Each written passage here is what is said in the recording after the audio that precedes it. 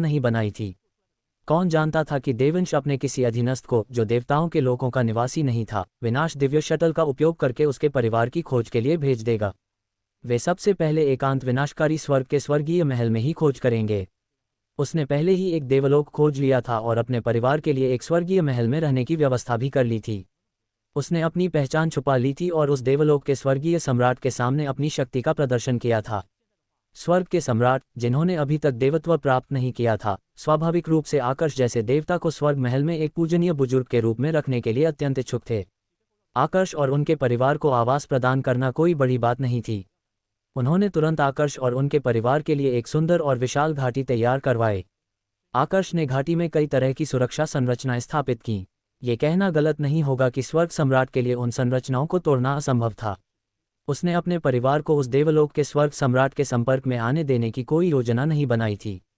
उन्होंने विशेष रूप से इस देवलोक के स्वर्गीय महल को इसके उत्कृष्ट साधना वातावरण के कारण चुना था। इसमें जमीन के नीचे एक दिव्य चट्टानी शिरा थी जो लंबे समय से मौजूद थी। चूंकि उनका वास्तविक शरीर वहां नहीं था, इसलिए वे उन्हें अपने लघुलोक में, जहां कहीं अधिक श्रेष्ठ साधना वातावरण था, साधना के लिए नहीं भेज सकते थे। इस समय उपलब्ध सर्वोत्तम विकल्प यही स्वर्गीय महल था। 2 साल पलक झपकते ही बीत गए। स्विश, एक उड़ने वाला जहाज प्योयांग संप्रदाय के पश्चिम में एक आदिम सम्राट की गति से उड़ रहा था। अगर सहज अधिक दिव्य क्रिस्टल का उपयोग करता तो वह इसकी गति को एक उन्नत सम्राट की गति तक बढ़ा सकता था। हालांकि इसकी कोई आवश्यकता नहीं थी क्योंकि वे समय से पहले व्यापार सम्मेलन के लिए निकल चुके थे। उड़ने वाला जहाज सहज का था। वह न केवल क्लाउड पीक गुट, हिडन स्वॉर्ड गुट और जेंग मिंग गुट के सदस्यों को अपने साथ लाया था, बल्कि वह 2 अन्य गुटों के सदस्यों को भी अपने साथ लाया था जिनसे आकर्ष परिचित नहीं था। यद्यपि सभी गुट प्योयांग संप्रदाय के अधीन एक थे, फिर भी यह अपरिहार्य था कि कुछ गुटों के बीच दूसरों की तुलना में बेहतर संबंध थे। हिडन स्वॉर्ड गुट और क्लाउड पीक गुट के बीच हमेशा से घनिष्ठ संबंध रहे थे। झेंग मिंग गुट की बात करें तो इसके संस्थापक निर्भय न केवल संकल्प के छोटे भतीजे थे, बल्कि वे एक समय क्लाउड पीक गुट के सदस्य भी थे। संकल्प के बड़े भाई द्वारा निर्भय को शिष्य के रूप में स्वीकार किए जाने के कुछ ही समय बाद प्योयांग संप्रदाय के बाहर उनकी मृत्यु हो गई। इस प्रकार निर्भय क्लाउड पीक द्वीप पर पले बढ़े। देवताओं के सम्राट बनने के बाद निर्भय वहां से चले गए और संकल्प के समर्थन से अपना खुद का गुट स्थापित किया, जिसमें उन्होंने अपने गुरु के पूर्व अधीनस्थों को भर्ती किया। इसी कारण से दोनों गुटों के बीच अच्छे संबंध थे। यहाँ तक कि सहज के भी निर्भय के साथ अच्छे संबंध थे, जो सहज के बड़े भाई थे। अन्य 2 गुटों की बात करें तो उनके संस्थापक भी संकल्प के छोटे भतीजे थे और क्लाउड पीक गुट के साथ उनके अच्छे संबंध थे। व्यापार सम्मेलन के लिए रवाना होने से पहले अन्य गुटों के सदस्य क्लाउड पीक द्वीप पर एकत्रित हो गए थे क्योंकि सहज सभी का नेतृत्व करने वाले थे। किसी को भी साथ यात्रा करने में कोई आपत्ति नहीं थी। सहज को जीवंत वातावरण बहुत पसंद था। अन्य गुटों को अपने सदस्यों की सुरक्षा की चिंता करने की कोई आवश्यकता नहीं थी क्योंकि सहज, जो देवताओं के सम्राट थे, उपस्थित थे। इसके अलावा हिडन स्वॉर्ड गुट ने भी एक निर्वाणिक एल्डर, जो देवताओं के एक अन्य सम्राट थे, को व्यापार सम्मेलन में भेजा था। इस समय सहज अपने चारों ओर जमा हुए विभिन्न गुटों के सदस्यों से अधीर हो रहा था। उसने एक कोने में पालती मारकर बैठे आकर्ष की ओर इशारा करते हुए कहा, बस करो, चुप रहो, हमारे साधना कर रहे कनिष्ठ को परेशान करना बंद करो। हिडन स्वॉर्ड गुट के निर्वाणिक एल्डर से अभी अभी अभिवादन करने वाले आकर्ष उन शब्दों को सुनकर स्तब्ध रह गए। दरअसल वे अभी आराम करने ही वाले थे। उन्होंने मन ही मन मुस्कुराते हुए सोचा, क्या उन्हें लगता है कि बाकी लोग अंधे हैं? फिर भी आकर्ष ने कुछ नहीं कहा और ध्यान लगाने का नाटक करते हुए अपनी आंखें बंद कर लीं। सहज की बातें सुनकर बाकी लोग शर्मिंदगी से एक दूसरे को देखने लगे। फिर वे बैठने के लिए जगह ढूंढने लगे। इस समय नमन अपने चेहरे पर गंभीर भाव लिए आकर्ष को घूर रहा था। तभी उसे लविंदर से एक संदेश मिला और वह चौंक गया। आकर्ष को इतनी शत्रुता भरी निगाहों से घूरना बंद करो। अगर आकर्ष को कुछ हुआ तो सबसे पहले सबकी उंगली तुम पर ही उठेगी। वह अब संप्रदाय का एक अनमोल रत्न है। लविंदर ने दूसरा संदेश भेजने से पहले एक पल के लिए संकोच किया। जब हम उड़ने वाले जहाज पर सवार हुए तो मुझे यह आभास हुआ कि आकर्ष देवताओं के मध्यवर्ती स्वामी बन गए थे। लविंदर की बातें सुनकर नमन का चेहरा एकदम बदल गया। उसे यकीन करना और स्वीकार करना मुश्किल लग रहा था। उसने सफलता हासिल कर ली। ये कैसे संभव है? मुझे पता है ये चौंकाने वाला है, लेकिन ये सच है, लविंदर ने कहा। वह सचमुच एक प्रतिभाशाली व्यक्ति हैं। जब नमन को होश आया तो उसने ठंडे लहजे में कहा, वह प्रतिभाशाली है, लेकिन असल में ये हमारी संस्था द्वारा उसे दिए गए संसाधनों की बदौलत ही संभव हो पाया है। उसे 7 महलों के उत्सव में शीर्ष 10 में स्थान प्राप्त करना होगा, अन्यथा उसे संस्था को दिए गए सभी संसाधनों का प्रतिफल देना होगा। कम से कम उसे हमारे झेंग मिंग गुट से मिले संसाधनों का हिस्सा तो चुकाना ही चाहिए। शुद्ध यांग संप्रदाय ने अपने खजाने से संसाधन भेजने के अलावा अन्य गुटों को भी आकर्ष को संसाधन भेजने का आदेश दिया। आखिरकार गुट हो या न हो, वे सभी एक ही संप्रदाय के अधीन थे। 7 महलों में आकर्ष की सफलता से संप्रदाय को लाभ होता, इसलिए गुटों का योगदान देना स्वाभाविक था। इसके अलावा गुटों के पास कई ऐसे दुर्लभ संसाधन भी थे जो संप्रदाय के खजाने में उपलब्ध नहीं थे। आकर्ष को ले जाने वाला उड़ने वाला यान स्वाभाविक रूप से शुद्ध यांग संप्रदाय का इकलौता यान नहीं था। शुद्ध यांग संप्रदाय के अन्य सदस्यों को ले जाने वाले कुछ और उड़ने वाले यान भी थे, और उनमें से प्रत्येक में 2 या 2 से अधिक गुटों के सदस्य सवार थे। अन्य यानों की तुलना में सहज के यान में 5 गुटों के सदस्य सवार थे। ये ध्यान देने योग्य है कि शुद्ध यांग संप्रदाय में कुल 19 गुट थे। हिडन स्वॉर्ड गुट ने इस बार एक बुजुर्ग को भेजा। वह एक दयालु दिखने वाले बूढ़े व्यक्ति थे जिन्होंने चांदी की किनारी वाला हल्का सुनहरा चोला पहना हुआ था। इस समय वह पालथी मारकर जमीन पर बैठे थे। उन्होंने आकर्ष पर नजर डाली और मन ही मन सोचा, कितना अच्छा शिष्य है। उसी की बदौलत हमारे नेता को एक अचूक आत्मा को पूरा करने का मौका मिला है। हिडन स्वॉर्ड गुट इस बार उसका सचमुच ऋणी है। नेता के लौटने पर उन्होंने कहा था कि आकर्ष को हमारे गुट का उपकारी माना जा सकता है। उन्होंने ये चेतावनी भी दी थी कि जो भी आकर्ष से पंगा लेने की कोशिश करेगा उसे हमारे गुट से तुरंत निकाल दिया जाएगा। अपने विचारों के अंत में बूढ़े व्यक्ति ने हिडन स्वॉर्ड गुट के उन युवा सदस्यों पर एक नज़र डाली जिन्हें वह व्यापार सम्मेलन में अपने साथ लाया था। आकर्ष को देखते हुए उनकी आंखों में दिख रही उत्सुकता और युद्ध की भावना को देखकर उसने मन ही मन आह भरी। वह उनके विचारों और भावनाओं को समझता था। वे सभी 10,000 वर्ष की आयु से पहले ही देवताओं के स्वामी बन गए थे और इस उम्र में उनकी प्रतिस्पर्धा स्वाभाविक थी। इसके अलावा प्योयांग संप्रदाय ने आकर्ष को बहुत सारे संसाधन दिए थे जिससे स्वाभाविक रूप से अन्य लोग असंतुष्ट थे। अगर वह उनकी जगह होता तो उसे भी आकर्ष से ईर्ष्या होती। मैं उनकी आत्मसम्मान को ठेस नहीं पहुंचाना चाहता, लेकिन अगर वे आकर्ष से पंगा लेने की कोशिश करते हैं तो मेरे पास ऐसा करने के अलावा कोई चारा नहीं है। वरना अगर वे आकर्ष को उकसाते हैं और हमारे नेता को नाराज करते हैं तो इसके परिणाम और भी बुरे होंगे। बूढ़े व्यक्ति ने आह भरते हुए मन ही मन सोचा। इसके बाद उस बूढ़े व्यक्ति ने अपनी आवाज़ हिडन स्वॉर्ड गुट की युवा पीढ़ी तक पहुंचाई। आकर्ष पहले से ही देवताओं के मध्यवर्ती स्वामी हैं। मैं आप सभी को नीचा दिखाने की कोशिश नहीं कर रहा हूं, लेकिन यह एक सच्चाई है कि अगर आप चारों मिलकर भी लड़ें तो भी आप उनका मुकाबला नहीं कर पाएंगे। हिडन स्वॉर्ड गुट के चारों सदस्यों के चेहरे के भाव बूढ़े व्यक्ति के शब्दों को सुनते ही तुरंत बदल गए। आकर्ष ने सफलता हासिल कर ली। इसमें कोई आश्चर्य की बात नहीं कि उनके पास व्यापार सम्मेलन में भाग लेने का समय है। हिडन स्वॉर्ड गुट की युवा पीढ़ी में सबसे शक्तिशाली, जिसकी आयु 10,000 वर्ष से कम थी, इस समय व्यापार सम्मेलन की तैयारी के लिए एकांत साधना में लीन था। इसलिए उसके पास व्यापार सम्मेलन में भाग लेने का समय नहीं था। पहले जब उन्हें पता चला कि आकर्ष ने शुरुआती स्तर पर ही 2 मध्यवर्ती देवताओं को मार डाला था तो उन्होंने इस बात को गंभीरता से नहीं लिया। आखिर किसी को पता नहीं था कि वे दोनों मध्यवर्ती देवता घायल थे या नहीं, जिसकी वजह से आकर्ष उन्हें मार सका। ऐसे में उन्हें लगा कि वे भी शुरुआती स्तर पर ही 2 मध्यवर्ती देवताओं को मार सकते हैं। इसी कारण उन्होंने आकर्ष के इस कारनामे को इतना अद्भुत नहीं समझा। बाद में उन्हें समझ आ गया कि मामला इतना आसान नहीं था। अगर आकर्ष द्वारा उन 2 मध्यवर्ती देवताओं को मारना महज एक संयोग था तो शुद्ध यांग संप्रदाय ने आकर्ष को इतने संसाधन कैसे दिए? अगर उन्होंने थोड़ा और दिमाग लगाया होता तो ये बात साफ हो जाती। ये स्पष्ट था कि उन्होंने आकर्ष को बहुत कम आंका था। फिर भी जब उन्हें एहसास हुआ कि आकर्ष उनकी कल्पना से कहीं अधिक सक्षम है, तब भी उन्हें नहीं लगा कि वह शुद्ध यांग संप्रदाय द्वारा दिए गए सभी संसाधनों का हकदार है। आखिरकार शुद्ध यांग संप्रदाय में प्रतिभाशाली लोगों की कोई कमी नहीं थी। 10,000 वर्ष से कम आयु के कई ऐसे मध्यम स्तर के देवता स्वामी थे जो साधारण मध्यम स्तर के देवता स्वामियों को आसानी से मार सकते थे। उदाहरण के लिए युवा पीढ़ी का सबसे शक्तिशाली व्यक्ति, जो एक सच्चा मार्शल शिष्य भी था, हिडन स्वॉर्ड गुट में था। वे उसकी शक्ति से पूरी तरह आश्वस्त थे। ऐसा इसलिए था क्योंकि उसकी शक्ति एक उन्नत देवता स्वामी की शक्ति के लगभग बराबर थी और केवल कुछ ही सच्चे मार्शल शिष्य उसका मुकाबला कर सकते थे। अब जबकि आकर्ष ने सफलता हासिल कर ली है तो वह अब कितना शक्तिशाली है। ... जब यह विचार उनके मन में आया तो हिडन स्वॉर्ड गुट के 4 युवा सदस्यों ने असंतुष्ट निगाहों से आकर्ष को हटा लिया और मन ही मन कड़वाहट महसूस की। उन्हें लगा मानो उनका इतना लंबा जीवन व्यर्थ ही बीता हो। उनमें से सबसे छोटा भी 7,000 साल का था, लेकिन उसकी उपलब्धियां अभी भी आकर्ष की उपलब्धियों से तुलना नहीं कर सकती थीं। अन्य गुटों की युवा पीढ़ी भी आकर्ष को युद्ध की भावना से भरी निगाहों से देख रही थी और जब उनके बड़ों ने उन्हें भी इसी तरह की चेतावनी दी तो उनके आत्मसम्मान को भी ठेस पहुंची। उड़ने वाले जहाज पर मौजूद अधिकांश युवा पीढ़ी शुद्ध यांग संप्रदाय के सच्चे मार्शल शिष्य थे। क्लाउड पीक गुट से आकर्ष के अलावा एक और पुरुष और एक महिला थे। हिडन स्वॉर्ड गुट ने युवा पीढ़ी के 4 लोगों को भेजा। झेंग मिंग संप्रदाय ने नमन सहित 3 लोगों को भेजा। शेष 2 गुटों ने अपने अपने दो सच्चे मार्शल शिष्य भेजे। दरअसल इस बार आकर्ष को छोड़कर एक भी उत्कृष्ट सच्चे मार्शल शिष्य ने व्यापार सम्मेलन में भाग नहीं लिया। वे सभी एकांत साधना में लीन थे और साथ हवेली के भोज की तैयारी में जुटे हुए थे। अगर आकर्ष को कोई सफलता नहीं मिलती तो उसके लिए व्यापार सम्मेलन में भाग लेना असंभव होता। सफलता न मिलने पर अगर वह भाग लेने की इच्छा व्यक्त करता तो उसे निश्चित रूप से शुद्ध यांग संप्रदाय के वरिष्ठों से फटकार सुननी पड़ती। चूंकि संप्रदाय ने उस पर इतना निवेश किया था, इसलिए वे स्वाभाविक रूप से उसे सहज के साथ घूमने और इधर उधर भटकने की अनुमति नहीं देते।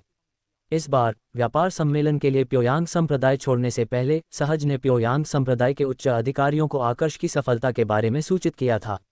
उच्च अधिकारी काफी संतुष्ट थे, उन्हें लगा कि उनका निवेश व्यर्थ नहीं गया। स्वाभाविक रूप से उन्हें ये तभी पता चलेगा कि उनका निवेश सफल हुआ या नहीं जब सात हवेली का उत्सव मनाया जाएगा। शुरुआत में आकर्ष का साधना करने का कोई इरादा नहीं था, यहाँ तक कि सहज के दूसरों से ऐसा कहने के बाद भी नहीं। वह बस आराम कर रहा था और साधना करने का दिखावा कर रहा था, लेकिन किसी समय उसने अपने साधना आधार में थोड़ी अस्थिरता पाई। इसलिए उसने साधना करना शुरू कर दिया और अपने साधना आधार को और स्थिर किया। पिछले 2 वर्षों में आकर्ष ने कई दिव्य औषधियां ग्रहण की और अपनी साधना शक्ति को स्थिर करने के लिए बहुत प्रयास किए। इसलिए जब उन्होंने थोड़ी अस्थिरता देखी तो उन्हें लगा कि उनकी प्रगति बहुत धीमी है। यह उस समय से बिल्कुल अलग था जब वे अभी अभी प्रारंभिक स्तर के देवस्वामी बने थे। ये बहुत धीमी गति है। मौजूदा हालात को देखते हुए मुझे अपनी साधना को पूरी तरह स्थिर करने में और 6 महीने लग जाएंगे। आकर्ष ने मन ही मनाह भरी। यह अच्छी बात थी कि आकर्ष के विचार दूसरों को पता नहीं थे, वरना वह अपने ऊपर मार खा लेता और दूसरों को नाराज कर देता। ज्यादातर लोग जो अभी अभी मध्य स्तर के देवस्वामी बने हैं, चाहे वे कितनी भी दिव्य गोलियां खा लें, अपनी साधना को पूरी तरह स्थिर करने में कम से कम कुछ दशक से लेकर 100 साल तक का समय लग जाता है। अगर उन्हें पता चलता कि आकर्ष ने 1 दशक से भी कम समय में अपनी साधना को स्थिर कर लिया है तो वे बेहद नाराज हो जाते। समय बीतने के साथ साथ उड़ते हुए जहाज पर सन्नाटा छा गया और सभी लोग शांत हो गए। साधना और विश्राम कर रहे लोगों को छोड़कर बाकी सभी लोग वॉइस ट्रांसमिशन का उपयोग करके संवाद कर रहे थे। 10 दिन बाद सहज का उड़ने वाला जहाज आखिरकार अपने गंतव्य पर पहुंच गया। हम पहुंच गए हैं। आकर्ष तुरंत अपनी साधना से जाग गया। हम पहुंच गए हैं। इस बार व्यापार सम्मेलन का आयोजन 7 किल्स वैली में हुआ, जो पूर्वी रिज मैंशन की 5 सबसे शक्तिशाली सम्राट स्तरीय सेनाओं में से एक है। हर 10,000 वर्षों में आयोजित होने वाले इस व्यापार सम्मेलन का आयोजन स्थल हर बार बदलता रहता है। 10,000 वर्ष पूर्व आयोजित पिछला व्यापार सम्मेलन प्योयांग संप्रदाय में हुआ था। प्योयांग संप्रदाय की तरह 7 किल्स वैली का महल भी फॉर्मेशन द्वारा छिपा और संरक्षित था। प्योयांग संप्रदाय के महल के विपरीत, जो हवा में लटका हुआ था, 7 किल्स वैली का महल भूमिगत स्थित था। आकाश में 9 चमकदार रात्रि मोती लटके हुए थे। देवताओं के लोकों में रात्रि मोती आम वस्तुएं थीं। ये सांसारिक लोकों में मोमबत्तियों या पृथ्वी पर प्रकाश बल्बों की तरह ही था। शुद्ध यांग संप्रदाय के अतिथियों को नमस्कार। एल्द सहज, एल्द यतिराज, हम फिर मिलेंगे।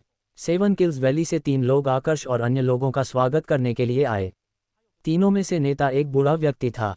वह देवताओं का सम्राट भी था और 7 किल्स वैली का दूसरा देवता सम्राट था जिससे आकर्ष मिल चुका था। इससे पहले जब आकर्ष फ्लाइंग ड्रैगन संप्रदाय में थे तब उनकी मुलाकात 7 किल्स वैली के पहले सम्राट से हुई थी। उनकी मुलाकात इंपीरियल बैटल रियल्म के पीस सिटी में हुई थी। उस समय वह सम्राट मैरियोनेट विला के एक अन्य सम्राट से बहस कर रहे थे। अंत में दोनों ने 7 किल्स वैली में युद्ध करने पर सहमति जताई। संयोगवश आकर्ष द्वारा इस बात को याद करने के कुछ क्षण बाद सहज ने हल्की मुस्कान के साथ कहा, एल्द यतीन्द्र, मुझे याद है कि जब वे फ्लाइंग ड्रैगन सेक्ट और ताई सेक्ट के इंपीरियल बैटल रीम में थे तब मैरियोनेट विला के सिल्वर मैरियोनेट एल्डर देवकांत और आपके संप्रदाय के एल्डर हर्षेंद्र ने आपके संप्रदाय के मैदान पर युद्ध करने पर सहमति जताई थी। मुझे आश्चर्य है कि उस युद्ध का परिणाम क्या रहा। सहज द्वारा उस विषय का उल्लेख करते ही आकर्ष की आंखें चमक उठीं। वह उत्सुकता से 7 किल्स वैली के उस बूढ़े व्यक्ति की ओर मुड़ा और उसकी प्रतिक्रिया का इंतजार करने लगा। उसकी हैसियत को देखते हुए उसके लिए उस विषय का उल्लेख करना स्वाभाविक रूप से अनुचित था, लेकिन सहज के लिए मामला अलग था। सहज की बातें सुनकर उस बूढ़े व्यक्ति के चेहरे पर एक कड़वी मुस्कान आ गई और उसने कहा, अंततः एल्डर हर्षेंद्र में कमी रह गई। हालांकि उन्होंने वर्षों में अच्छी प्रगति की है, एल्डर देवकांत ने भी कोई कसर नहीं छोड़ी है। कुछ देर रुककर उसने आगे कहा, हालांकि पिछली बार की तुलना में इस बार एल्डर हर्षेंद्र एल्डर देवकांत के सामने थोड़ा अधिक समय तक टिके रहे।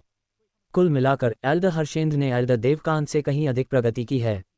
समय के साथ एल्डर हर्षेंद्र एल्डर देवकांत को पीछे छोड़ देंगे।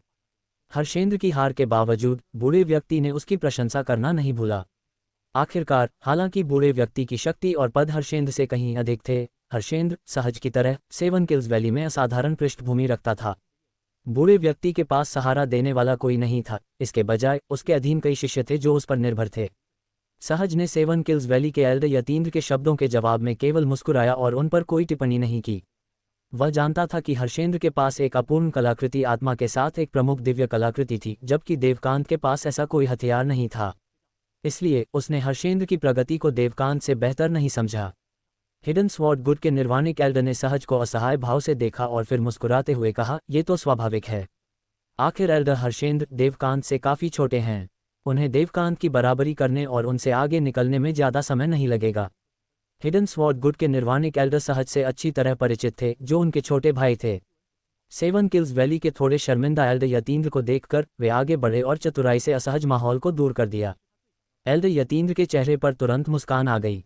फिर, मानो उन्हें कुछ याद आया हो, उन्होंने सहज की ओर देखा और उत्सुकता से पूछा, एल्डर सहज, क्या फ्लाइंग ड्रैगन संप्रदाय का प्रतिभाशाली शिष्य आकर्ष भी यहाँ है? औपचारिकताओं से ऊब चुके सहज उन शब्दों को सुनकर मानो फिर से उत्साहित हो गए। उनकी आंखों में उत्साह की चमक थी और उन्होंने कहा, वह यहाँ हैं। एल्डर यतीन्द्र, क्या आप आकर्ष और सेवन किल्स वैली के सबसे प्रतिभाशाली शिष्य के बीच एक अभ्यास सत्र आयोजित करने में रुचि रखते हैं? सेवन किल्स वैली के एल्डर यतीन्द्र ने सहज को देखकर कहा, मुझे इसमें कोई शक नहीं है। चूंकि आप खुद उसे फ्लाइंग ड्रैगन संप्रदाय से वापस लाए हैं, तो वह असाधारण ही होगा। मुझे आश्चर्य है कि आकर्ष कौन है? अपनी बात समाप्त करते हुए एल्डर यतीन्द्र ने प्योयांग संप्रदाय के समूह पर अपनी दृष्टि घुमाई।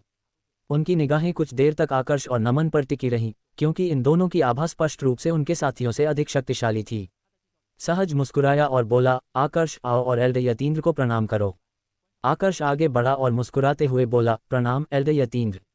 एल्डर यतीन्द्र ने एक पल के लिए आकर्ष को ऊपर से नीचे तक देखा। प्रारंभ में, जब सेवन किल्स वैली को पता चला कि आकर्ष ने एक नौसिखिया देवता होने के बावजूद फ्लाइंग ड्रैगन संप्रदाय के 2 मध्यवर्ती देवता स्वामियों की हत्या कर दी है, तो उच्च पदस्थ अधिकारियों ने एक बैठक बुलाई। अंततः उन्होंने आकर्ष को अपने संप्रदाय में शामिल करने के लिए अपने सबसे शक्तिशाली उन्नत देवता स्वामियों को फ्लाइंग ड्रैगन संप्रदाय में एक दल के साथ भेजा। उस समय उन्हें लगा कि उन्होंने आकर्ष को प्रभावित करने के लिए पर्याप्त ईमानदारी दिखाई है। इसी तरह पूर्वी रिज हवेली की अन्य 3 शीर्ष शक्तियों ने भी यही सोचा।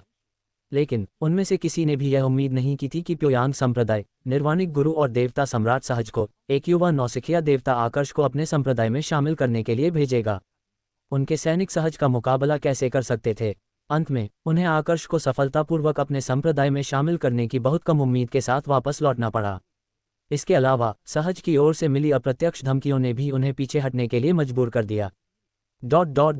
एल्डर यतीन्द्र ने सौहार्दपूर्वक कहा, आकर्ष, अगर मैं उस समय व्यस्त न होता तो मैं आपको हमारी सेवन किल्स वैली में आमंत्रित करने के लिए व्यक्तिगत रूप से फ्लाइंग ड्रैगन संप्रदाय गया होता।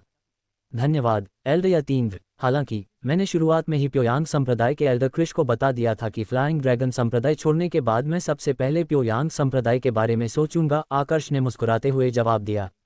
दूसरे शब्दों में कहें तो भले ही एल्डर यतीन्द्र फ्लाइंग ड्रैगन संप्रदाय का दौरा करें, आकर्ष के सेवन किल्स वैली में शामिल होने की संभावना नहीं थी। क्रिश, एल्डर यतीन्द्र आश्चर्यचकित दिखे। फिर उन्होंने सहज की ओर देखा।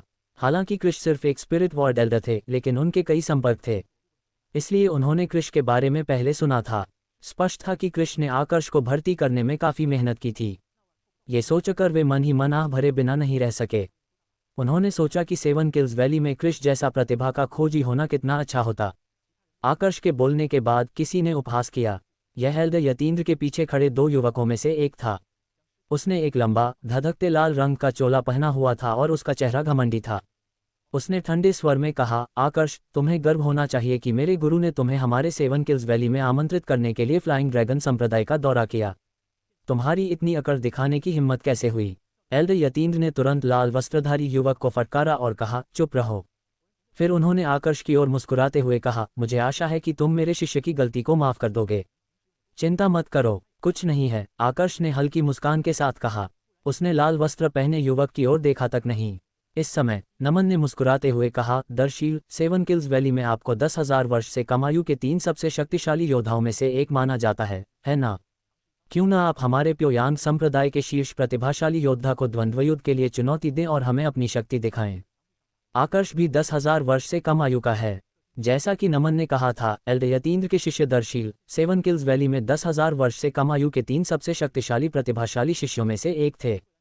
पहले दर्शील के साथ उनका एक छोटा सा झगड़ा हुआ था जिसमें उन्हें काफ़ी नुकसान उठाना पड़ा था क्योंकि वे दर्शील का मुकाबला नहीं कर सकते थे। इसी कारण से वे हमेशा दर्शील से द्वेष रखते थे। इसके अलावा वे आकर्ष से भी नफरत करते थे। ऐसे में वे अपने दो दुश्मनों को आपस में भिड़ाने का मौका कैसे छोड़ सकते थे। हालांकि वे जानते थे कि इस द्वंद्व युद्ध में किसी की मृत्यु या गंभीर चोट नहीं आएगी क्योंकि यह बड़ों के नियंत्रण में होगा, फिर भी अपने दोनों दुश्मनों को आपस में लड़ते देखना उन्हें संतुष्टि देगा। नमन की बातें सुनकर शुद्ध यांग संप्रदाय के विभिन्न गुटों के युवा पीढ़ी के सदस्यों में उत्सुकता जाग उठी। वे सभी आकर्ष और दर्शील के बीच द्वंद्व युद्ध देखने के लिए बेताब थे, खासकर तब से जब उन्हें पता चला कि आकर्ष देवताओं के मध्यवर्ती स्वामी बन चुके हैं। नमन ने जब कहा कि आकर्ष शुद्ध यांग संप्रदाय के शीर्ष प्रतिभाशाली शिष्य हैं, तो उन्होंने उनका खंडन करने की हिम्मत भी नहीं की। चाहे वे सहमत हो या ना हो, उनके लिए कुछ कहना असंभव था क्योंकि उनके पास ऐसा करने की योग्यता नहीं थी। आखिरकार सच्चे मार्शल शिष्यों में उनकी शक्ति केवल औसत दर्जे की थी। उसी समय सहज, जो इस बार दल का नेतृत्व करने के कारण सबसे आगे खड़ा था, और उसके बगल में खड़े हिडन स्वॉर्ड गुट, झेंग मिंग गुट और अन्य 2 गुटों के अन्य बुजुर्ग भी इस विचार में रुचि रखते प्रतीत हुए। सहज अपनी आंखों में उत्साह छिपाते हुए मुश्किल से ही पूछ पाया, एल्ड यतीन्द्र, तो ये प्रतिभाशाली युवक आपका शिष्य दर्शील है? मैंने उसके बारे में प्योयांग संप्रदाय में भी सुना है। अगर आपको कोई आपत्ति नहीं है तो क्यों ना हम उन्हें द्वंद्वयुद्ध करने दें। मुझे इससे कोई आपत्ति नहीं है, लेकिन हमें इसमें शामिल दोनों पक्षों की राय लेनी होगी। एल्ड यतीन्द्र, जिनका नाम यतीन्द्रनाथ था, ने मुस्कुराते हुए अपनी दाढ़ी सहलाते हुए कहा। दर्शील ने पहल करते हुए आगे कदम बढ़ाया। उनकी आंखों में युद्ध की तीव्र इच्छा झलक रही थी और उन्होंने कहा, गुरुजी, मैं देखना चाहता हूं कि शुद्ध यांग संप्रदाय का शीर्ष प्रतिभाशाली शिष्य कितना शक्तिशाली है। दर्शील जानता था कि अगर वह शुद्ध यांग संप्रदाय के 10,000 वर्ष से कम आयु के सबसे प्रतिभाशाली शिष्य आकर्ष को हराने में कामयाब हो जाता है तो उसे व्यापक प्रसिद्धि मिलेगी। उसने सुना था कि शुद्ध यांग संप्रदाय ने आकर्ष को देवताओं के मध्यवर्ती स्वामी बनने में मदद करने के लिए कई संसाधन दिए थे। उसे वास्तव में नहीं लगता था कि आकर्ष इस तरह के व्यवहार के योग्य है। खैर, अब उसे आकर्ष को हराने और दुनिया के सामने अपनी क्षमता साबित करने के अलावा और किसी चीज़ की परवाह नहीं थी। मुझे भी कोई आपत्ति नहीं है, आकर्ष ने कंधे उचकाते हुए कहा। फिर उन्होंने सहज भाव से कहा, मैंने सुना है कि द्वंद्वयुद्ध और अभ्यास सत्रों में आमतौर पर शर्त लगती है ना? अगर दांव पर कुछ नहीं लगा है तो मुझे द्वंद्वयुद्ध में कोई दिलचस्पी नहीं है। अगर इससे मुझे कोई फायदा नहीं होता तो मैं इतना आलसी हूं कि इसे करना नहीं चाहता। यतीन्द्रनाथ मुस्कुराया। बेशक, मुझे आश्चर्य है कि प्योयांग संप्रदाय दांव पर क्या लगाने को तैयार है। बेशक, हम भी इस शर्त में कुछ न कुछ लगाएंगे। यतीन्द्रनाथ को अपने शिष्य की क्षमता पर पूरा भरोसा था। उनके अनुसार आकर्ष उनके शिष्य, जो कि मध्यम स्तर के देवमंडली के स्वामी थे, का मुकाबला नहीं कर सकते थे। मान लीजिए कि आकर्ष मध्यम स्तर के देवमंडली के स्वामी बन भी गए थे, तब भी उन्हें नहीं लगता था कि आकर्ष उनके शिष्य को हरा पाएंगे, क्योंकि आकर्ष की साधना शक्ति स्थिर नहीं हुई थी। सबसे खराब स्थिति में भी उन्हें लगता था कि द्वंद्वयुद्ध बराबरी पर समाप्त होगा। इस समय आकर्ष ने मुस्कुराते हुए कहा, क्यों न हम दोनों अपूर्ण कलाकृति आत्मा वाली एक प्रमुख दिव्य कलाकृति पर शर्त लगाएं। यतीन्द्रनाथ और दर्शील ही नहीं, बल्कि सहज और प्योयांग संप्रदाय के अन्य सदस्य भी आकर्ष के सुझाव से चौंक गए। प्योयांग संप्रदाय के सदस्यों को ये जानने की उत्सुकता हुई कि आखिर किसने आकर्ष को अपूर्ण आत्मा युक्त एक विशिष्ट दिव्य कलाकृति दी या उधार दी थी। अंततः उन्हें लगा कि संभवतः क्लाउड पीक गुट के संस्थापक संकल्प ने ही आकर्ष को अपूर्ण आत्मा युक्त एक विशिष्ट दिव्य कलाकृति उधार दी थी। सहज को भी लगा कि शायद उसके पिता को आकर्ष पर इतना भरोसा था कि उन्होंने उसे एक महत्वपूर्ण दिव्य कलाकृति के साथ एक अधूरी कलाकृति भी शर्त में दांव पर लगा दी। उसने तुरंत अपने पिता को संदेश भेजकर अपनी शंका की पुष्टि करने की कोशिश की, लेकिन उसे पता चला कि इस मामले में उनके पिता का कोई हाथ नहीं था। इससे सहज और भी ज्यादा उलझन में पड़ गया। सहज सचमुच हैरान रह गया जब उसे पता चला कि उसके पिता को इस मामले के बारे में बिल्कुल भी जानकारी नहीं थी। फिर उसने जल्दी से वॉइस ट्रांसमिशन के जरिए आकर्ष को चेतावनी दी, आकर्ष, तुम्हें झूठ नहीं बोलना चाहिए। अगर 7 किल्स वैली मना कर देती है तो ठीक है, लेकिन अगर वे मान जाते हैं तो अगर दर्शील तुम्हें हरा देता है तो तुम्हें एक अपूर्ण आत्मा वाला एक प्रमुख दिव्य कलाकृति प्रस्तुत करनी होगी। अन्यथा मेरे अलावा संप्रदाय भी तुम्हारी रक्षा नहीं कर पाएगा। अगर 7 किल्स वैली एक साधारण सम्राट स्तरीय सेना होती तो कोई खास समस्या नहीं होती, लेकिन ये पूर्वी रिज हवेली में स्थित प्योयांग संप्रदाय के बराबर थी। हालांकि 7 किल्स वैली प्योयांग संप्रदाय से थोड़ी कमजोर थी, फिर भी प्योयांग संप्रदाय 7 किल्स वैली को इतनी हद तक नाराज करने को तैयार नहीं था। एल्ड सहज, मैं समझ गया। सहज के संदेश से आश्चर्यचकित न होते हुए आकर्ष ने उत्तर दिया, अगर आप समझते हैं तो आपने ऐसा प्रस्ताव क्यों रखा? अपूर्ण आत्मा वाली कोई विशिष्ट दिव्य कलाकृति आपको कहाँ मिलेगी? सहज ने कुछ गुस्से से कहा। आकर्ष मुस्कुराते हुए बोला, एल्डर सहज, अगर मैं आपसे कहूं कि मैं आपके लिए एक अपूर्ण कलाकृति से एक महत्वपूर्ण दिव्य कलाकृति अवश्य जीत लूंगा तो क्या होगा? अगर मुझे पूरा भरोसा है तो क्या आप इसे एल्डर संकल्प से उधार नहीं लेंगे? दरअसल अगर सेवन किल्स वैली हमसे अपनी ताकत साबित करने की मांग न करे तो शायद इसकी जरूरत ही न पड़े। सहज आकर्ष की बातों से स्तब्ध रह गया। आकर्ष की बातों पर दोबारा विचार करने पर उसकी आंखों में चमक आ गई। शुद्ध यांग संप्रदाय में कुछ ही आरोहण एल्डर थे जिनके पास अपूर्ण आत्मा वाले प्रमुख दिव्य हथियार थे। उसने अपूर्ण आत्मा वाले प्रमुख दिव्य हथियार की कमी के बारे में ज्यादा नहीं सोचा। हालांकि जब उसे पता चला कि सेवन किल्स वैली के हर्षेंद्र के पास अपूर्ण आत्मा वाला एक प्रमुख दिव्य हथियार है तो उसे थोड़ी निराशा जरूर हुई, भले ही वह जानता था कि हर्षेंद्र को यह हथियार केवल संयोग से मिला था। आखिरकार शक्ति और पृष्ठभूमि के मामले में वह हर्षेंद्र से श्रेष्ठ था। क्या तुम्हें सचमुच भरोसा है? सहज ने फिर पूछा। हालांकि वह आकर्ष को लेकर बहुत आश्वस्त और आशावादी था, लेकिन दांव बहुत बड़ा था। पूर्वी रिज हवेली में शायद 30 से भी कम ऐसे प्रमुख दिव्य कलाकृतियां थीं जिनमें अपूर्ण आत्मा थी, और उनमें से अधिकांश पूर्वी रिज हवेली के शीर्ष 5 सम्राट श्रेणी के बलों के कब्जे में थीं। जब तक वह देवताओं का उन्नत स्वामी नहीं है, मुझे पूरा भरोसा है, आकर्ष ने बिना किसी झिझक के जवाब दिया। बहुत बढ़िया, मैं तुरंत अपने पिता से बात करता हूँ, सहज ने चमकती आंखों से कहा। उसने बिना समय बर्बाद किए अपने पिता संकल्प को संदेश भेजा। पिताजी, पूर्वी रिज हवेली में पिछले 1 लाख वर्षों में 10,000 वर्ष से कम आयु के कुछ ही उन्नत देवदेव हुए हैं। हम दर्शील की प्रगति पर भी नजर रख रहे हैं। इतने कम समय में उनका उन्नत देवदेव बनना असंभव है, चाहे उनके पास कितना भी संसाधन क्यों न हो। मुझे लगता है कि यह जोखिम उठाने लायक है, सहज ने अपने पिता से कहा। संकल्प ने तुरंत जवाब दिया, मुझे पता है, मैं भी आकर्ष पर भरोसा करता हूँ। मैं तुम दोनों को अपनी इस खास दिव्य कलाकृति को दांव पर लगाने की इजाज़त देता हूँ, लेकिन मुझे लगता है कि तुम दोनों बहुत आशावादी और भोले हो। क्या तुम्हें सच में लगता है कि सेवन किल्स वैली इस तरह के खजाने को दांव पर लगाने के लिए तैयार होगी, खासकर तब जब उन्हें आकर्ष की प्रतिभा के बारे में पता है? अपने पिता की बातें सुनकर संकल्प का उत्साह थोड़ा कम हो गया। हालांकि यतीन्द्रनाथ को देखते हुए उसकी आंखें अभी भी उम्मीद से चमक रही थीं। यतीन्द्रनाथ ऐसा निर्णय लेने के योग्य नहीं लगता। मुझे नहीं लगता कि उसके पास अपूर्ण कलाकृति आत्मा के साथ एक प्रमुख दिव्य कलाकृति भी है। दर्शी, जो आखिरकार होश में आया, उसने आकर्ष का उपहास उड़ाते हुए कहा, आकर्ष, क्या ये कोई मजाक है? क्या तुम्हारे पास वाकई इतनी महत्वपूर्ण दिव्य कलाकृति है? अगर मुझसे पूछो तो मुझे लगता है कि तुम इस तरह का बेतुका प्रस्ताव देकर द्वंद्वयुद्ध से बचने की कोशिश कर रहे हो। क्या तुम मुझसे इतना डरते हो? भले ही आकर्ष एक अपूर्ण कलाकृति आत्मा के साथ एक प्रमुख दिव्य कलाकृति का निर्माण करने में सक्षम हो जिसका उपयोग दांव के रूप में किया जा सके, सेवन किल्स वैली निश्चित रूप से ऐसा जोखिम उठाने की हिम्मत नहीं करेगी, भले ही दर्शील कितना भी शक्तिशाली क्यों न हो। यतीन्द्रनाथ चुप रहा। हालांकि आकर्ष को देखते हुए उसकी आंखों में थोड़ी सी अवमानना झलक रही थी। वह दर्शील की ही राय रखता था और सोचता था कि आकर्ष दर्शील से लड़ने से बचने की कोशिश कर रहा है। वह द्वंद्वयुद्ध के लिए अनिच्छुक क्यों है? क्या वह अपनी ताकत छिपाना चाहता है? क्या वह आत्मविश्वास से रहित है? यतीन्द्रनाथ को नहीं लगता था कि आकर्ष दर्शील से डरता होगा। आखिर सहज का खुद फ्लाइंग ड्रैगन संप्रदाय में आकर्ष को भर्ती करने जाना ही इस बात का पर्याप्त प्रमाण था कि आकर्ष अत्यंत प्रतिभाशाली था। इसके अलावा आकर्ष की उपलब्धियां भी स्वयं ही इसकी गवाही देती थीं। पिछले कुछ दशकों में ही उसकी प्रगति उसे पूर्वी रिज हवेली के इतिहास के शीर्ष प्रतिभावानों में शुमार करने के लिए पर्याप्त थी। उसे वास्तव में समझ नहीं आ रहा था कि आकर्ष ऐसा प्रस्ताव क्यों रखेगा। आखिर उसे पूरा यकीन था कि आकर्ष के पास ऐसी कोई विशेष दिव्य कलाकृति नहीं है, और अगर होती भी तो वह उसे तब तक प्रकट नहीं करता जब तक कि वह मृत्यु को न्योता न दे। आखिर ऐसे हथियार से तो देवताओं के सम्राट भी ललचा जाते। दर्शील के बोलते ही सहज ने बेपरवाही से कहा, कौन कहता है कि उसके पास दांव लगाने के लिए कोई इतना महत्वपूर्ण दिव्य अवशेष नहीं है? मैंने अभी अपने पिता से बात की है और वे आकर्ष को अपना वह महत्वपूर्ण दिव्य अवशेष देने को तैयार हैं। अगर इतना काफी नहीं है तो मैं शैतान के हृदय के रक्त की शपथ लेकर अपनी बात की सत्यता साबित कर सकता हूं। अगर आकर्ष दर्शील से हार जाता है तो वह महत्वपूर्ण दिव्य अवशेष तुम्हारा होगा।